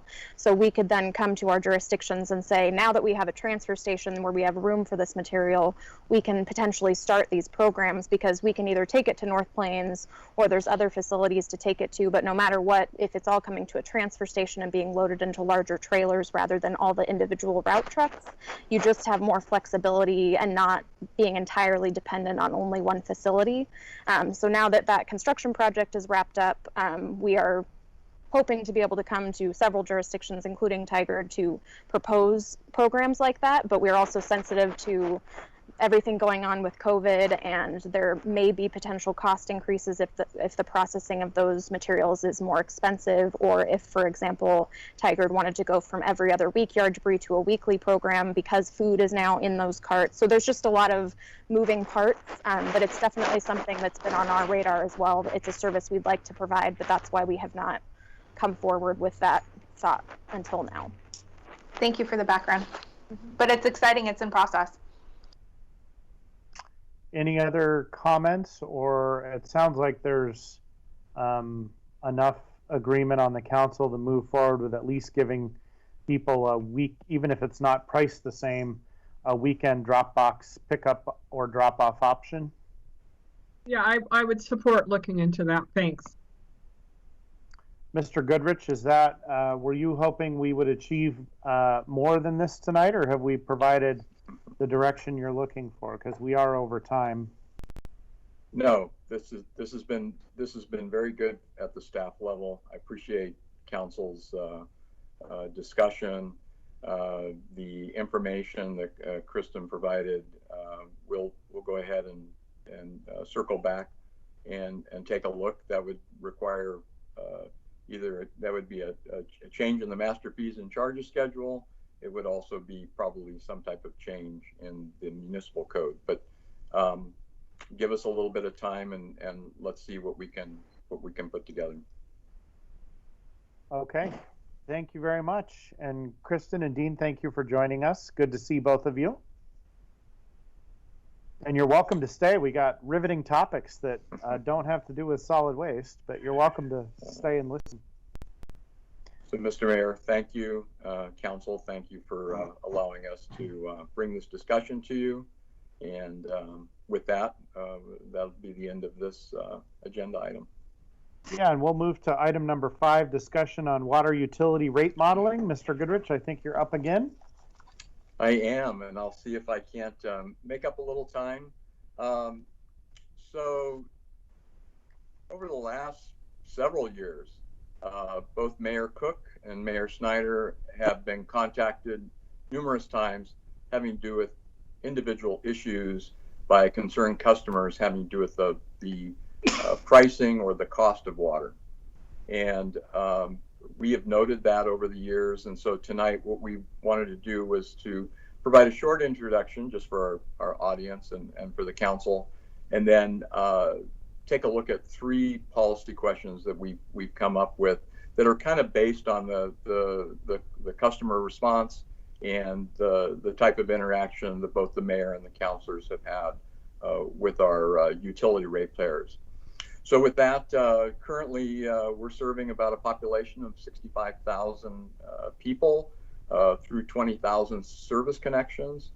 We continue to grow in development, at least over the last several years. We're doing a cost of service analysis in conjunction with our water master plan. We have a 6-year CIP project list. And there hasn't really been a cost of service analysis performed all the way back to 2010, where those rates were effective. The driver for the big rate changes that occurred were in 2010, 2011, had to do with the Lake Oswego-Tigard joint water supply system and the cost of approximately $160 million. Out of that, we borrowed $140 million, and most of the components of the water rates currently, a large part of that is debt service. And so we've had this particular pricing model for 9 years. Over those years, we've been successful in ensuring that we're providing the high level of service to all of our customers, ensuring that our reserve and financial stability is in good shape, and also that we have the funding available for future capital improvement projects. And those projects are quite numerous and quite expensive in capital as we move forward. So the first, so as the cost of service analysis, we've met with our financial consultant, which is FSG, and we have started doing that work, and a lot of it is data driven. They ask us for a lot of data, and we provide that data, and they start to create the model. That'll help to determine what the revenue requirements are, and that's just the whole cost of providing service. Taking those revenue requirements and then spreading it out to the allocated costs to each of the customer classes and the meter sizes is also part of the cost of service analysis. This is the time, though, that we would, if there was any changes to the pricing system, that's when we would want to make those changes. And so these 3 policy questions have to do with some of the pricing model that we put in place back in 2010, 2011. and have an opportunity to come back and review, bring it to council, and get some feedback, so that when we talk to the consultant, we can make sure that what we're doing with the consultant is aligned with the goals and objectives of the city council. What we don't want to do is bring information back to you in October or November and have you tell us that that's all great, but we really were interested in doing this. So with that, and then Sammy Rico is also joining me this evening. Sammy is the management analyst. She's working with me for the water rate study, cost of service analysis as such. So between the two of us, hopefully we can answer any questions once we get in there. We provided quite a bit of information in your packet, and I think we can go ahead and get started with the booster charge. So prior to 2010, the booster charge was in place. I started work with the city in 2005, and the booster charge was already a pricing model that we're using with our wholesale costs of providing service.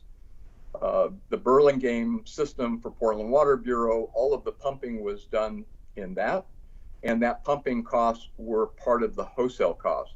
And so our wholesale cost included all of the pumping in order to move water up to what we call the 470 zone. From there, from 470 up above to the higher elevations, there was a flat fee that was called the booster charge.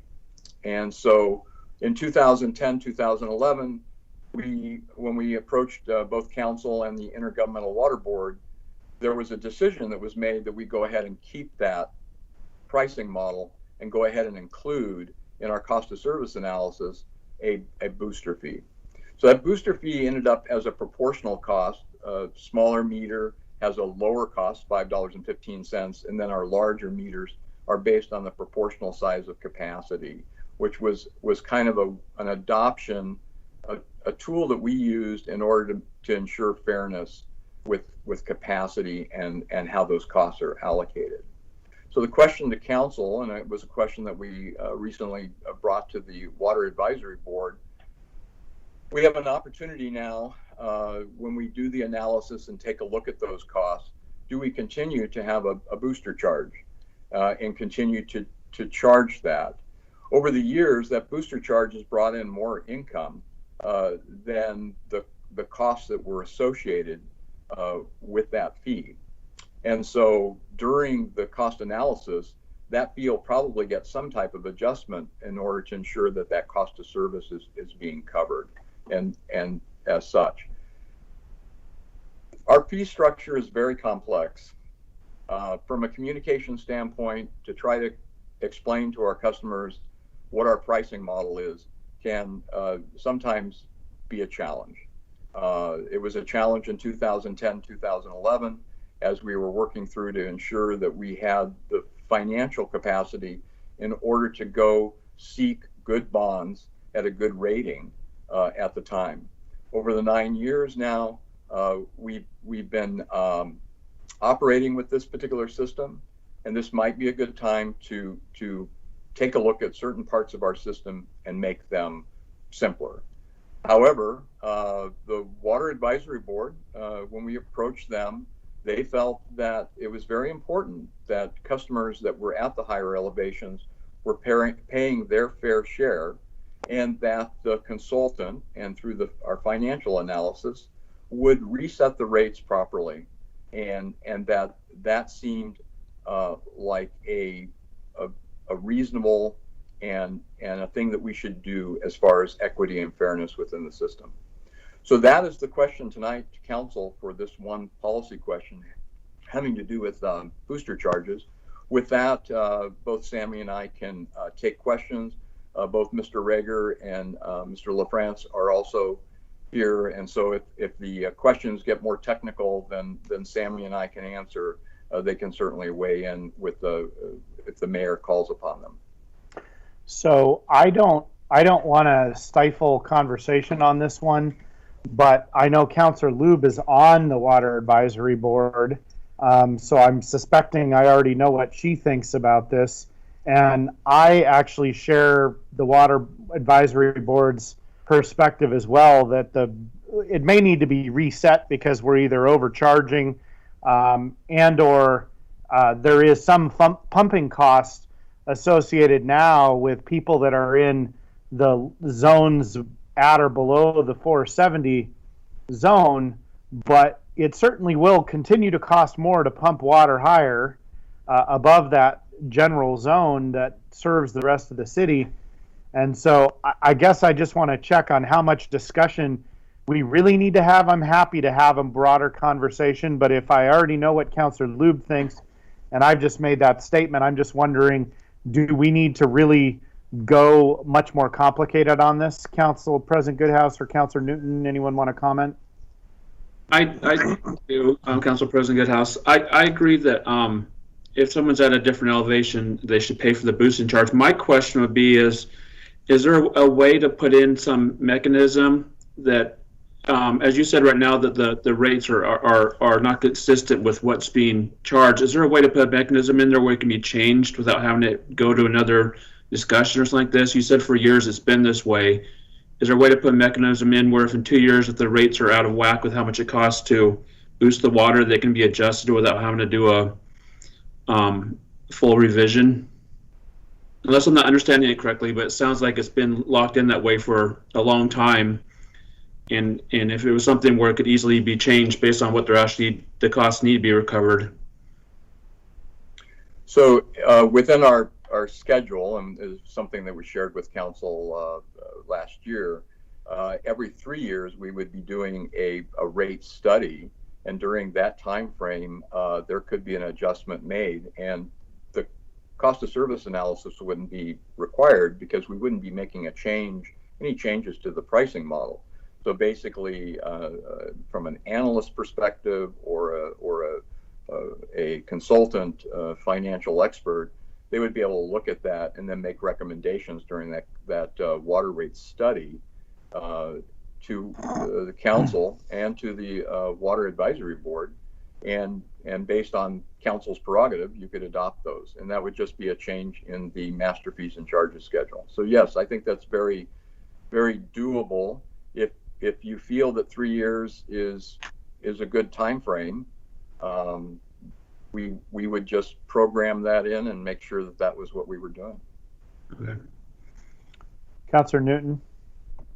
Yeah, I concur with the recommendation of the Water Board. I think it's important to have the rates be simple, and it sounds like we're pumping at some lower elevations anyway now. So it seems like when we do the analysis, we ought to be looking at pricing for the pumping at the lower elevations too, not just above the 470. Is that possible, or does that make things too complicated? Well, that should be included in the base fees, right? I mean, everybody's got to pay for that part. Right.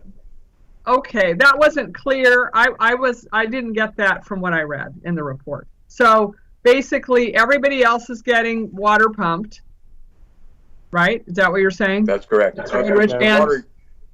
The water gets pumped multiple times from Bonita, right? Raw water all the way from the raw water intake pump to the water treatment plant, from the water treatment plant to Beluga Reservoir, from Beluga to Bonita Pump Station. So yes, there are multiple times that there's a pumping cost, and those costs are shared with all of our everybody. Customers. And then above the 470, you've got the booster charge. That is correct. So it's not, other than the fact that water's getting pumped, water's being delivered differently since we're with the Lake Oswego system. It's still more expensive to pump from the 470, and I guess, yeah, okay, go ahead. I guess the way it's written, it isn't clear to me why this is different than it was before in terms of how we're charging folks.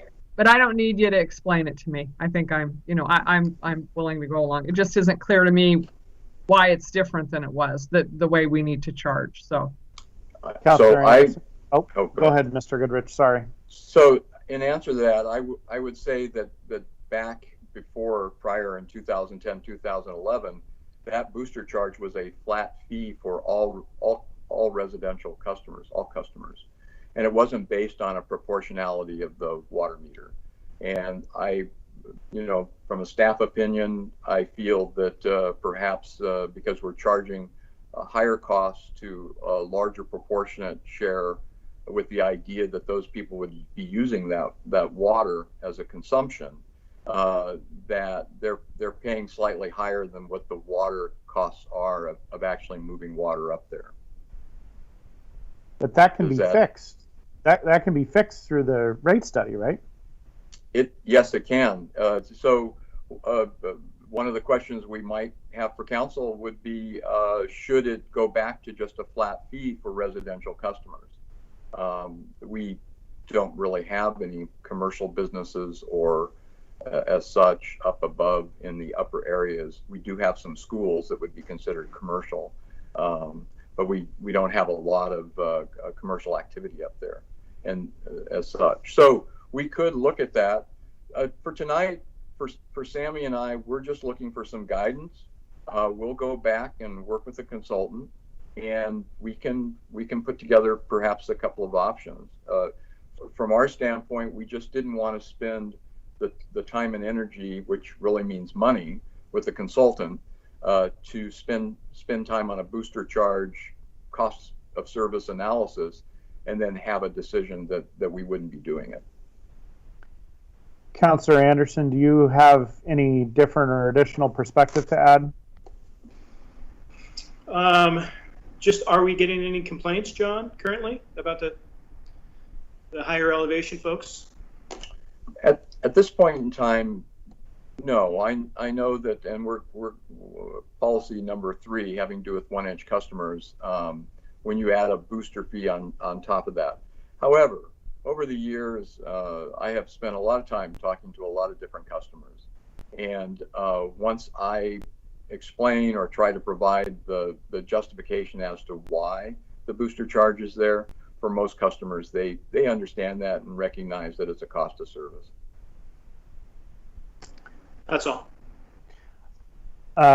Youth Councilor Calderon, do you have any wisdom on this? No comments. Okay. So, Mr. Goodrich, I would suggest, given what I've heard, I would, unless the council is, going to call me out and say this isn't accurate, I think we're asking you to move forward with the Water Advisory Board's recommendation. And just to clarify, that means that the cost of pumping water up to the 470 zone and all other pumping should be being included in base rates, and that staff should recommend, or the consultant and staff should recommend, an appropriate actual booster charge that reflects the actual cost of service for the above 470 zone. And I would be okay whether you guys recommend it as just a single residential charge, or, I mean, I know we don't have any of these huge water meters, but I assume the 4-inch meter is going to a school. Is that what you're referring to? Yeah, that's definitely, yeah, there are not a lot as far as apartment buildings or condominium complexes, but we do have some HOAs up in the higher area, and so the 4-inch could be serving that. Okay. Well, I don't think it should go just to residential then. I think there should be one for residential, one for commercial, or whatever you guys recommend that would be most equitable and also simple. Council President Goodhouse, did you want to add? I have a quick question, and I don't know if this is true or not. When we switched from Portland to Lake Oswego, did we have any people that were needing their water boosted that then didn't when we switched over to Lake Oswego, and were they still being charged for a booster fee? Or if it switched and they no longer needed to be having water pumped to them, did that fee automatically fall off, or is that a change that needs to be made? To answer your question, no, there were really no changes in the zoning of our customers as far as who was above the 470 and who was below that. The 470 is a unique zone in that there are no customers that are in the 470 zone. It It is the terminal reservoir, and there's no customers that are served off that in that area. All of those customers are receiving water from a higher area. So, okay. But from Mr. Mayor's comments and from council, I think for Sammy and I, we have clear direction on and feel comfortable to move forward. For the public, Mr. Goodrich, just to clarify, because these are the kinds of things I learned working on the water stuff for almost a decade now. And just to finalize your comment for public education purposes is you pump the water above where you need it, and then you let it drain or essentially use gravity to feed all of the areas below that. So serving the 470 zone, you have to have water that's above that to serve that area. That's correct. And our most critical issue has to do with fire protection and fire storage. And so having the capacity to move the amounts of water that would be necessary to ensure those storage reservoirs are maintained at the levels that would be required should there be a fire suppression. So those are some of the things that drive the costs of ensuring that we have enough capacity in order to move water to the right place at the right time.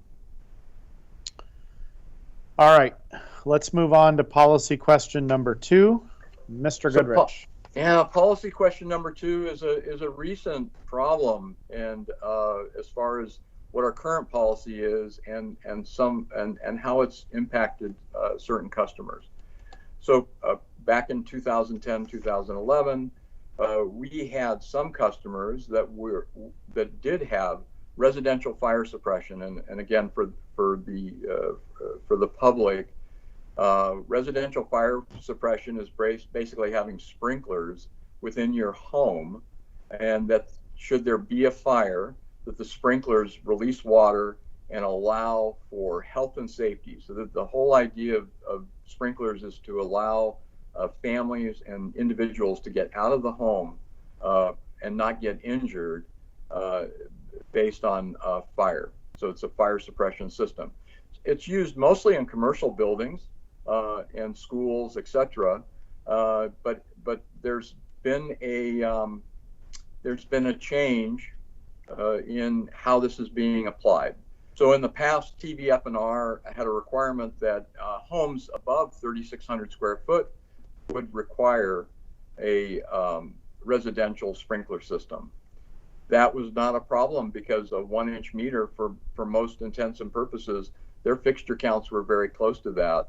And so they weren't really impacted even after the changes having to do with 1-inch meters. So over the last couple of years, we've seen development in the River Terrace area where we're basically seeing townhomes that are being installed. Currently, we have about 135 to 150 townhomes. When the development was occurring, they made a decision to individually sprinkler each townhome. Whereas in other types of situations, you might have a more common fire system for their clusters, and these townhomes are basically in clusters of 5. And that'd be a separate fire system on a separate meter. This way, if somebody doesn't pay their bill or something is being tested, the fire suppression system isn't being impacted. This particular case, though, the fire suppression system is connected to their domestic water supply meter. And because of the fire suppression system, even if they're only a customer that needs a 5/8 meter or a 3/4 inch meter, they have to upsize to the 1-inch in order to get the fire suppression capacity for health and safety. Under our pricing system, that means that they're paying for a 1-inch meter. And that 1-inch meter cost is substantially higher than a 5/8 meter and somewhat higher than a 3/4 inch meter, even if that was the meter size that they needed. In 2013, we did a fire hydrant study, basically a cost of service analysis having to do with fire hydrants. It was something that wasn't included in our 2010 study. And in 2013, I felt that it was important to get more information having to do with fire hydrants and the cost of fire hydrants, because they make up a large part of our system. They have a high cost of service, and I just wanted to ensure that from a revenue standpoint that we're meeting the revenue requirements. From that study, they determined that for most residential customers with fire suppression, they're already paying for fire suppression with their fire hydrant system and the storage system, and they determined that there would be a cost of maybe 75 cents per month for a 3/4 inch meter. So this is an opportunity for us to, again, come to council, come to the Water Advisory Board. We have received some concerned complaints from new customers in the River Terrace area who know that there are other buildings close by that have smaller water meters, and they can't quite figure out why as such. From a staff perspective, we have discussions with them. The first thing we ask is if they have a fire suppression system, and then from there, then we explain what that system is and why their meter size is the size that it is. So the question for council is, we have the ability to identify these as special customers. When we went to the Water Advisory Board, their recommendation to council and to staff was that those customers that are in a 1-inch meter, being served by a 1-inch meter because they have fire suppression systems, should be paying for the meter size, and their customer service charge should be tied to their actual fixture count. So for certain townhomes, in this particular case, these townhomes are all built the same. And so I suspect that either all the townhomes would be a 5/8 meter or all the townhomes would be a 3/4 inch meter. And so their recommendation was to ensure that the consultant recognized that our Springbrook system would be able to handle that kind of change by making a new designation for that 1-inch customer as a fire suppression, maybe use an FS designator, and then have a rate within our master fees and charges schedule that shows the metered rate based on their fixture count and not inclusive of the fire suppression system. Fire suppression systems are not used. They don't put a lot of capacity on our system as such, and a lot of that capacity is already included in the fire hydrant capacity of 1,200 or 1,500 gallons a minute in order to fight a fire within a neighborhood. So with that, I'll open it up to council. I mean, frankly, the use of a fire suppression system like this will make it unlikely that TVF&R will be pumping a bunch of water in there to begin with, right? I mean, the fire will be out, there'll be a lot of water on the ground, and not a lot of water being pumped out of a hydrant. That is correct. And most importantly, it's just from the health and safety that the fire suppression system isn't in there in order to save that particular building. The fire suppression system is in there to ensure that people within the structure can exit safely without harm. It also ensures that definitely with multiple complex walls that fire is going to be contained in that particular portion of the building, and that other portions of the building are not going to have fire as a problem. Okay, so Water Advisory Board made a recommendation that seems relatively logical. Let's start with Councilor Anderson. Do you have questions, or are you supportive of the WAB's recommendation? I am supportive of the WAB's recommendation. Youth Councilor Calderon, anything? No, but I would support the WAB suggestion. Councilor Newton? Yeah, no questions, and I support the recommendation as well. Thanks. Council President Goodhouse? No questions, and I support the recommendation. Councilor Lube, you want to say anything more on this? No, I just would add that, we felt strongly that these individuals really don't have access to the water capacity on a daily basis. It's really only in that special circumstance that they would, need it for fire suppression, and that they would be paying for the physical water if they needed it for fire suppression. And so it felt unfair to continue to charge them that additional fee for capacity they can't use on a daily basis. That actually raises an interesting question. Mr. Goodrich, should they actually pay for the water usage if an event occurs? Because if my house is burning down, TVF&R, the city doesn't charge me for the water that comes out of the hydrant, does it? No, that's correct. That the water from the fire hydrant is part of a public system.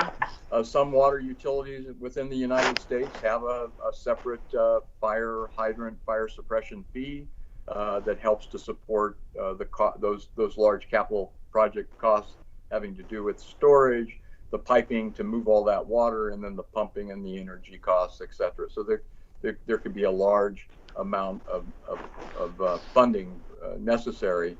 In our particular case, no. The fire hydrants are part of the public system, and that those costs are embedded in the customer service charge or in a portion of the consumption charge. But all customers are paying for that because they get a public benefit. So I think that they should be treated fully equitably, which to me means they're not going to pay for the water during a fire event either. Yeah, I suspect that the amount of water that they use within a fire suppression system is, minimal compared to a fire hydrant at 1,500 gallons per minute, as such. But if council so desires, we can certainly either within the administrative rule or within the municipal code make some change, but it would be on a case-by-case basis. We wouldn't necessarily know that there was a fire, or we would have to track it better. So it'd have to be the customer that was actually coming to utility billing or to our office and requesting the rate relief for that. So, but that's fine. It doesn't happen very often. Fire within the city of Tigard is a rare event and such. So if that would be council's direction, I think from a staff level we can develop that and bring something to you. I mean, from what you've said, they're already paying for it, so it'd be like paying for it twice if because they're paying for it in their base charge. I know it's probably not a lot of water. I think it's very important. If I've learned anything from this 1-inch meter discussion that we're about to have, it's that we need to really be able to defend and explain and have thought through what is truly equitable. And so that's all I'm trying to make a statement about. Mayor, I have a statement maybe real quick. Okay. And I can check into it too from the insurance world. That might be something too that I've never really delved into that part, but that might be something as part of the home claim that the insurance company pays with having the water suppression system in there. That might be part of the homeowner's claim that they would pay for that water bill to put that out in order to save as much of a loss or save some of the damage. So that might be something they're being paid for as well. So if we did something where we forgave that amount, but then also the insurance company paid that out, just something for consideration as well. From a staff perspective, we would just want to ensure that whatever we implemented was manageable, and that we had a way of ensuring that those customers were being treated fairly. Thank you, Mr. Goodrich. Shall we move on to policy question number 3? Policy question number 3. We left it as the last policy. The easy one. This is the easy one, right? Both Mayor Snyder and Mayor Cook have been involved multiple times with discussions, chat, memos, and letters to customers having to do with this particular issue. From a background perspective, debt service, so we have a large debt service, and that debt service from our bondholders' perspective, from the city's perspective, we need financial stability to ensure that debt service is covered. We have bond covenants that are very important to monitor and maintain in order to, A, keep our rating, and ensure that we're a good bond issuer, as far as being able to pay our bonds back. And back in 2010, 2011, this was very new to the city.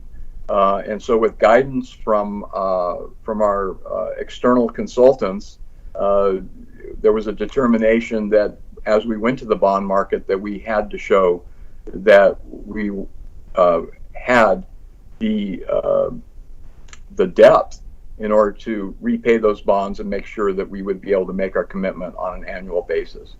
So one of the ways that we did that at the time was to take that debt service and put it out so that it was based on the meter size and not on the customer classification.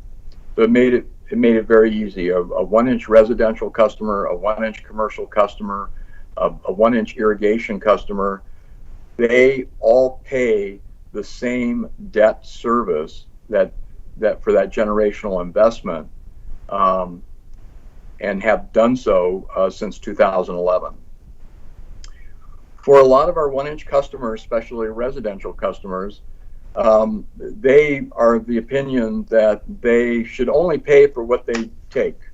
And so if they're in a large home and with a high fixture count, and that requires a 1-inch meter, but for some reason they're only using 4 units or 6 units per month, that they're paying more than another customer that's in a smaller meter size but using the same amount of water. And so I think that's the impetus of most of the discussions that we have had with customers for 1-inch. Over the years, we haven't had a lot of complaints. Out of 20,000 accounts, we have quite a few 1-inch customers. I don't know if they're a silent majority as far as not contacting the council or not contacting staff. But that's the pricing system that we have currently. And so our revenue requirements, everything that's based on debt and financial stability and repaying debt are all factored into this particular pricing model, having to do with a proportionality that says smaller meters pay for the capacity of the system. The larger the meter, the more they pay for that capacity of the system. For a 5/8 meter, 15 to 20 gallons per minute is the maximum that they would be able to take on a continuous basis. And the reason why is because there's a physical size limit to the diameter of the meter. For a 1-inch customer, they can take 2.5 times the amount of that water on demand, up to 50 gallons per minute. And so that's demand in the system that we have to build in both capacity for all of the water supply system, and also additional capacity that we have to build within the Tiger distribution system in order to meet their needs on a demand basis. And as such, I hope I'm explaining this well. And so these particular customers, what they would like to see is that the cost on a monthly basis for the customer service charge be lowered for residential customers. And the basis is that because they feel that they should only pay for what they get. Mr. Goodrich, just to finish out what you're saying, can you tell us what the current, I think I know what the current base charge is for 5/8 because I'm looking at my water bill. $29.36 a month right now. Hopefully that's right.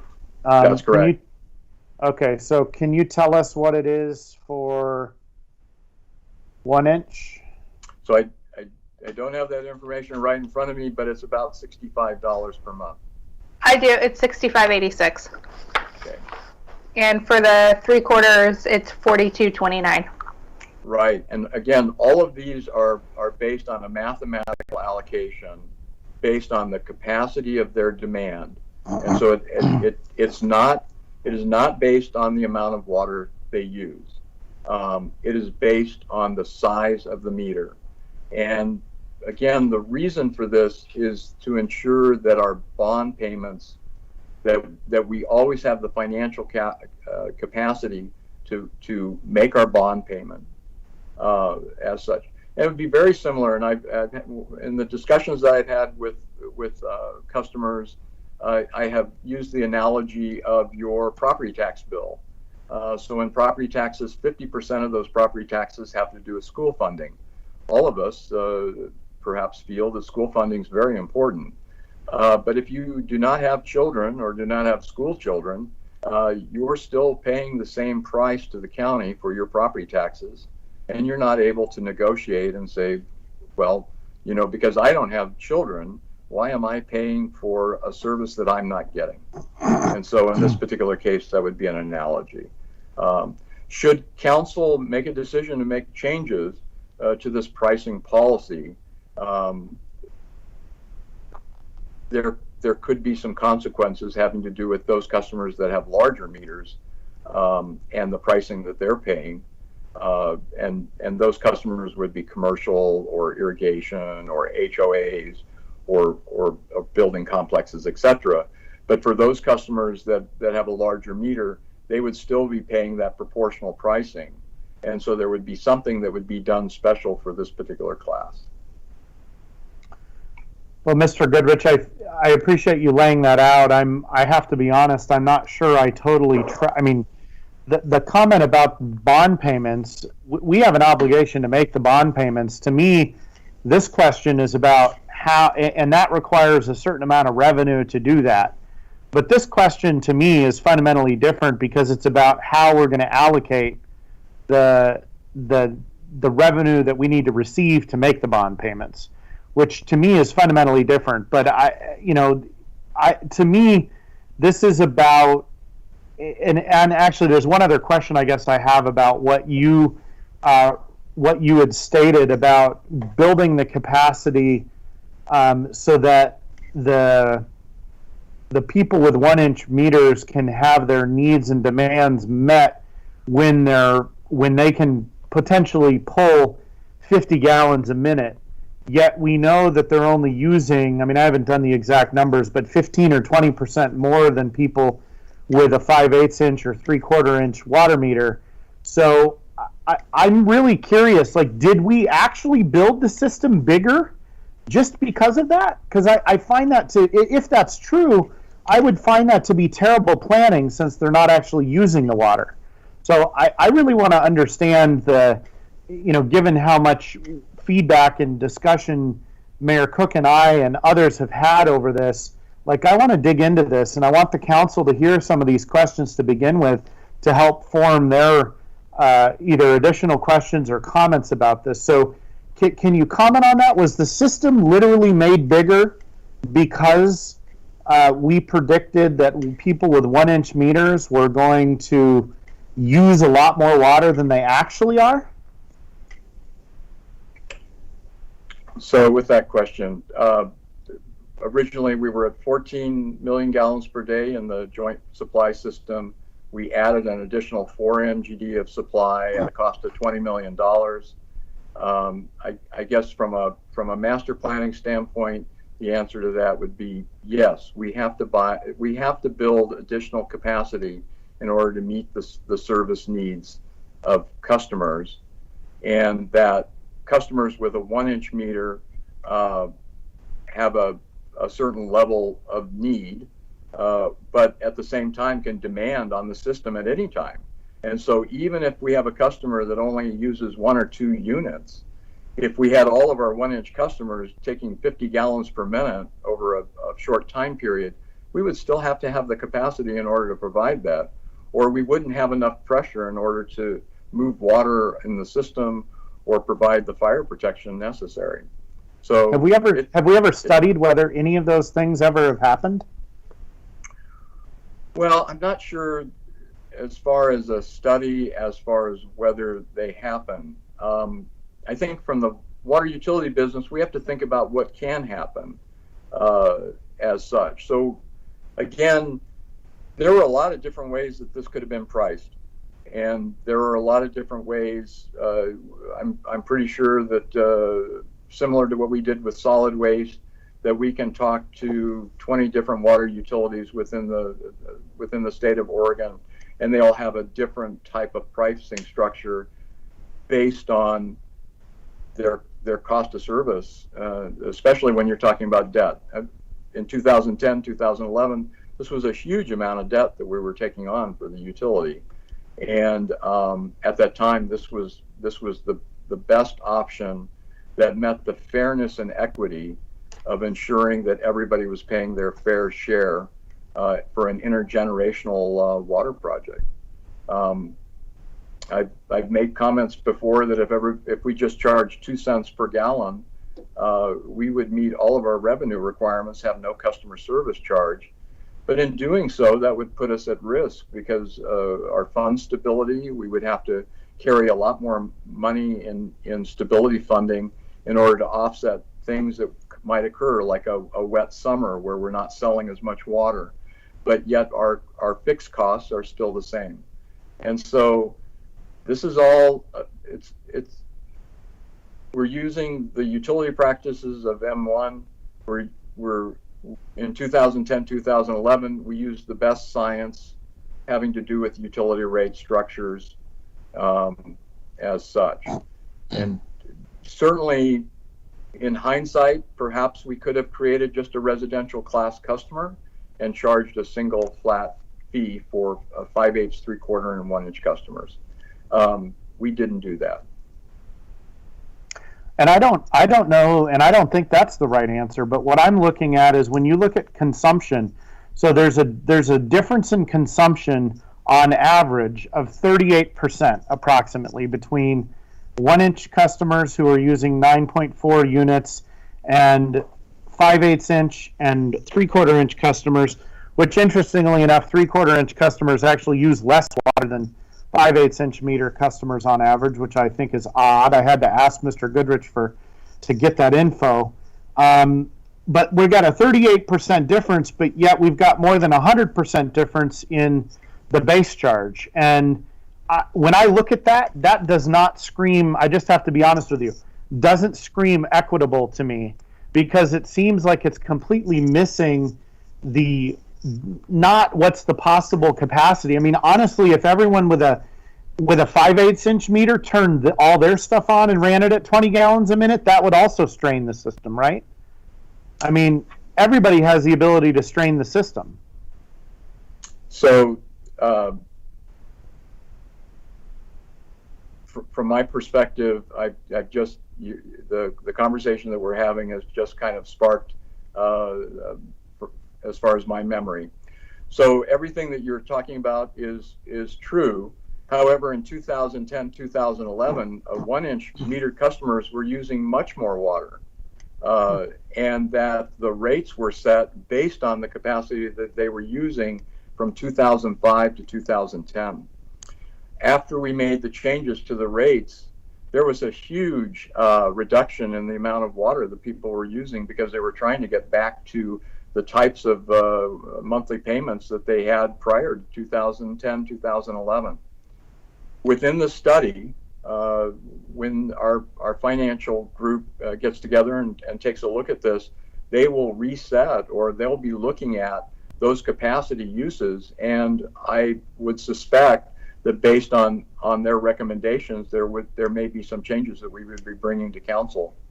At this point in time, I don't know what those changes would be. I have to let the analysis move forward, and then from that, see what the recommendations are that we would be sharing with the WAB and with the City Council. Does that help to answer that? Yeah, and I want to open it up to the council because I've been pretty directive so far on this conversation, and I don't usually facilitate meetings this way, but I think I've just spent so much time on this point that I wanted to at least start the conversation. Councilor Lube? Well, I think it's a complex discussion, and I think for purposes of guiding this rate study, that's why the Water Advisory Board recommended looking at a couple of different options, because we weren't quite prepared to have that answer yet. We wanted to look at what the impact would be financially on people's water bills and see the overall look, which is why we asked them to review 2 different scenarios for this situation. But we felt like it needed a much broader, deeper conversation that we didn't have answers to in order to give one specific direction. Councilor Lube, can I ask you a question about the Water Advisory Board's 2 recommendations or 2 scenarios? Yeah. Because I actually made a note after reading it a couple times when I first reviewed this. How are the 2 scenarios actually different? That it appeared to me like they might be the same, but maybe you can indicate how they're different. Well, one would be to continue to use the current methodology, and then another would be to figure out a scenario maybe based on, what you were discussing, the updated use of capacity, and just stress on the system. Would there be another way to allocate it? Because I think, there should be different charges for the different levels. I don't think any of us on the Water Advisory Board walked away feeling like there should be one customer-based charge, but we just wanted to look at potentially different ways to allocate those costs. We also felt it was important to take into consideration that, the base charge is important in ensuring that we're able to pay all of those fixed costs, because the water capacity that we use, that each of us pays on that tiered system, can't cover the base cost to cover all of those like bond payments that we have to make. What would happen in a situation like now where our water capacity and water use is actually down? What would that mean in order to make those payments? So we sort of felt strongly that it was important to maintain a base charge, but have a robust discussion and have options based on how we could allocate that. Does that help? Thank you, Councilor Lube. Councilor Anderson. Well, I'm one of the lucky ones that have a 1-inch meter, and winner. Yeah, winner for me. No, I get it, because a family of 4 right now, we don't use the capacity, but we have a large house, and we could potentially have 20 people over for the holidays and use that, and I want that capacity to be there. So I'm willing to pay that, but I get it's more than double. My house's size is more than double some of the houses out there, so I would potentially need 2 5/8 meters.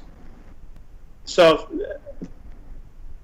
it is complex, but I'm fine with the base rate, personally. The way it is now? The way it is now. The one person on the council who's probably paying it is okay with it. Okay. Okay. Councilor Newton? Yeah, interesting discussion. I read the materials and thought about it, and I've thought some more about it while you've been discussing. I think it is going to be interesting to see if we do a study that looks at the difference in consumption. You made a good point, Mr. Goodrich, about how water, overall water use is down. And so it may be, to your point, that even though we have separate base rates, the disparity could be less. I realize then we have to recalculate how we get to the revenue we need, but it seems to me that a lot of folks are using less water. And so I think when I was supervising utility billing there for a bit, who I was talking to that had 1-inch meters were the people that were actually using less than the average of a 5/8 meter. These are people that were really conserving water and really trying to keep their bill down, and they understood what the rationale was, but that was difficult for them. Folks, I didn't ever hear back from people who had 1-inch meters that were using more than the average. So I don't know if there's a simple way to address that, but those are the 2 points I would make. The people I heard from were actually using less than the 6.4, whatever it was at the time.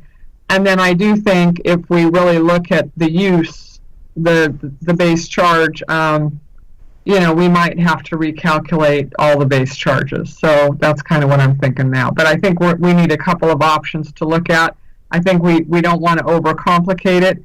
but maybe the 85, whatever, based on use is a little high for that, for the 1-inch meter. So those are just my general thoughts. Mr. Mayor, Yes. if I might, Sammy Rico from Public Works, and to address your question, Councilor Newton, as a part of the cost of service, that it will look at recent consumption and the changes in the different customers and their different meter sizes, and naturally make adjustments. And so what we're coming to you tonight is to see if you would like to make any changes outside of the normal evaluation, which will naturally change potentially base rates and the volumetric charges as well.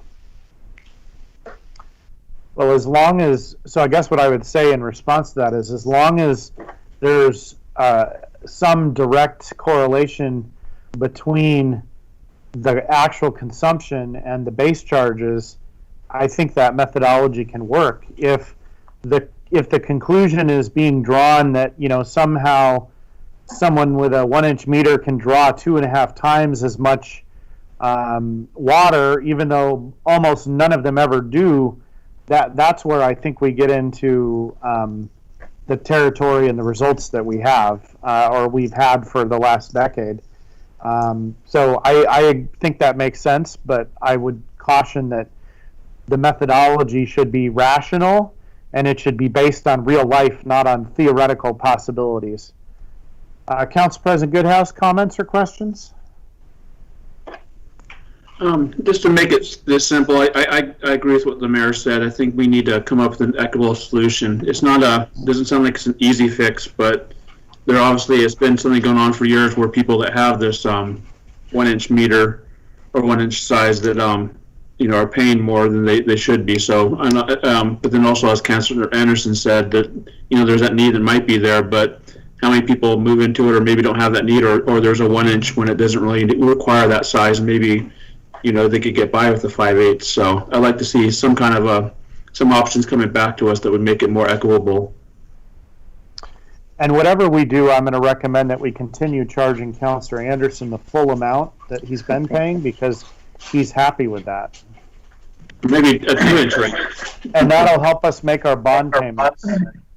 I do think we have to recognize that, you know, that to a certain degree, well, it's the case that the larger water meters is because of the fixtures. And so, you know, that's going to drive consumption to a degree. So I think we have to, you know, we have to recognize that in the methodology, you know, so. Mr. Goodrich, do you feel like you've got enough direction for staff? Yes, I would only have one follow-up question having to do with the scenarios. And so we would, so as Sammy pointed out, within the study, we'll be doing that as far as looking at the actual capacity use and who's using what and how it should be allocated. With revenue requirements, there's a total revenue requirements and everybody pays into that. If we change anything within the pricing system, if one particular area is going to get a lower cost, then some other area has to get a higher cost. Yes. As we work with the consultant, one of the ways that we might be able to do this that has fairness and equity in it would be to look at the tier 2 and tier 3 structures and say, okay, so if consumption is really what people are talking about, and for those people that use more consumption, perhaps the revenue requirements that would need to be made up, perhaps we can do that within that tier 2 and tier 3. That means that for the basic customer, if they conserve water and do the right thing, their water costs are going to be lower. For those customers that are high water users, that are going to use more capacity of the system, no matter what the size of their meter, that perhaps they pay a little bit more. Now, the downside of that is that from Mr. LaFrance's perspective, trying to forecast revenue projections within each budget year, it just becomes a little bit more challenging. But I think so it could be that we would be bringing that to both the WAB and the City Council, and then that would just be an option, and then Council would have a chance to weigh in and provide us with guidance. Mr. Goodrich, I think that's an excellent suggestion, because when you really talk about it or think about it, those are the people that are actually causing us to have to build more capacity. You know, it could be someone with a 5/8 inch meter who's just using a lot of water, right? I mean, it's possible to use a lot of water with a 5/8 inch meter, right? That is correct. I mean, you know, so, and that's what actually costs the system, not someone with a 1 inch meter who's using the same amount of water as the typical 5/8 inch meter customer. Yeah, but again, it gets a little complicated in that the 5/8 meter customer has a lower threshold as to when they go into tier 2 and tier 3, where the 1 inch customer has a higher threshold. But Yeah, again, but you should reevaluate that. Right. Yeah, you And should. I you think should if we just reevaluate take and that. spread those costs, we should be able to get where we need. Okay. For example, then just sorry to jump in real quick with what the mayor was saying too. In my neighborhood, I was just looking at my bill, and I'm in kind of an older part of Tigard where we're on half-acre plots, and people with a lot of yards or maybe pools and stuff. And I'm on a 5/8, so maybe the fixtures aren't much inside the house, and maybe we have smaller homes. But there could be the potential in the summer for more. You know, if a neighbor has a pool or people are watering more, things like that. So. Okay, did you get further direction there? Yes. Okay. Yes, I did. So with that, that was the last policy question that we had. I know that we're kind of short on time. Is there anything specific that any of the counselors or Mr. Mayor had that we should be adding or looking at that comes to mind? Not for me. Others? Okay, Mr. Goodrich, thank you very much. Thank you, Mr. Mayor. Thank you, Council. It was a very, very good discussion. And we at the staff level, we appreciate it. Thank you. So I want to do a little time check. We are 30 minutes over on time. We still have an executive session scheduled. We also have work that is sort of out and we're in process on getting feedback on the Public Safety Transformation Commission and City Manager Wine. I guess I'd like to ask, do you feel it's like this week versus next week to start a conversation in more detail about the city's anti-racism action plan, or do you think we could start that next week? You just made my suggestion, Mr. Mayor, which is we've got a Transformation Commission proposal that was launched last Thursday. It's out for comment with the community. I wanted the council to know that our proposal to you is that the time period we have that out, I'm thinking will be through August 7th, and then on August 11th we can bring back the input that's coming in on that proposal to you. If you want to talk a little bit about where we're looking for input, I would be happy to do that. Our goal is also that we gave you a draft anti-racism action plan that was drafted by our leadership team, and that we today also put out for some review by Tigard staff. And we welcome council's feedback and comments about that plan. We got some of them last time we told you about the plan, but it's certainly possible to pick that up on August 4th. That's next week? Oh wait, the 28th. I'm getting my dates mixed up. Yeah. Next week. No, the 28th. So I was thinking that we would have opportunity before we'll even have all the feedback back on the Transformation Commission. So do we have the latest draft, City Manager Wine? I have a July 6th dated document. Is this the most current version, or is there a version the council should look at for next week? As you know, our local reporter asked for a copy of a draft, which we gave to him on July 9th, and I forwarded that to council on that date. I can do that again if that's the most current version. It is the most current version. July 9th is the most current version. So if you're looking at something from July 6th, there's probably a more current one. And I sent that to council mail this same day, but I'm happy to redistribute it. No, I can pull it up. I didn't realize there was a, I didn't recognize that 3-day change. So I will pull up the most current one. And then council, are you all committed to being prepared to like jump into discussion like you will have already reviewed this robustly for next week? Is that a commitment everybody can make? Sure. And next week, I don't know, it may be premature, but will we get like a couple of sentences on where we are with the SRO? Just even if we're in process still. Yes, and I can give you a few sentences tonight if you like. We together with the City of Tualatin and the school district, we have invited a facilitator to be under contract with us to help guide the conversation.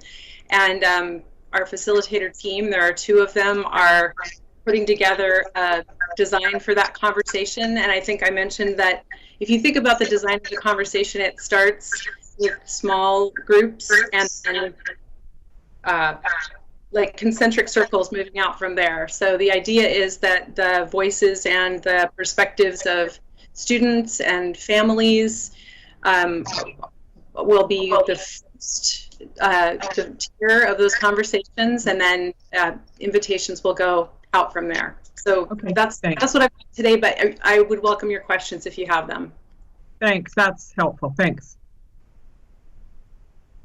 Councillor Newton, just to add on to that response, last week I met with 2 members of the Tigard-Tualatin Student Union, and they informed me that Tigard's BSU, Black Student Union, has changed their position from the from wanting to have SROs but limited power to not wanting SROs in schools at all.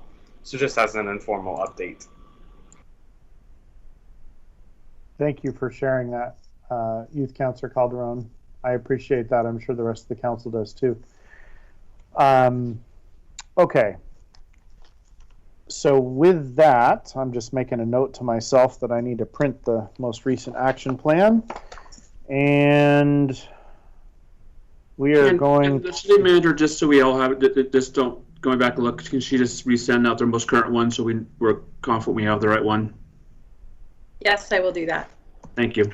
I was trying to avoid that because I hate it when people request me to send things twice. So I was trying to honor. Okay. Thank you, City Manager Wine. Let's see. All right. We don't have any non-agenda items. City Manager Wine, do you have an administrative report? I just have a note for administrative report tonight, Council. Last week during Council Liaison Reports, Councilor Lube reported in from our Library Board discussion most recently about the Washington County Cooperative Library Services policy change that's in the works to go to fine-free system. And tomorrow, the WCCLS Executive Committee, of which I'm part to represent Tigard, will be voting on that proposal. So my hope is that when that goes forward, that we can come forward and brief the whole council about that. So I'm going to let you know about that. I wanted you to be aware in case you hear about it. Thank you. All right, at this time, the Tigard City Council will go into executive session to discuss the employment-related performance of a government official under ORS 192.660 subsection 2I. All discussions are confidential, and those present may disclose nothing from the session. Representatives of the news media are allowed to attend executive sessions as provided by ORS 192.660(4), but must not disclose any information discussed. No executive session may be held for the purpose of taking any final action or making any final decision. Executive sessions are closed to the public. The Tigard City Council will adjourn after the executive session.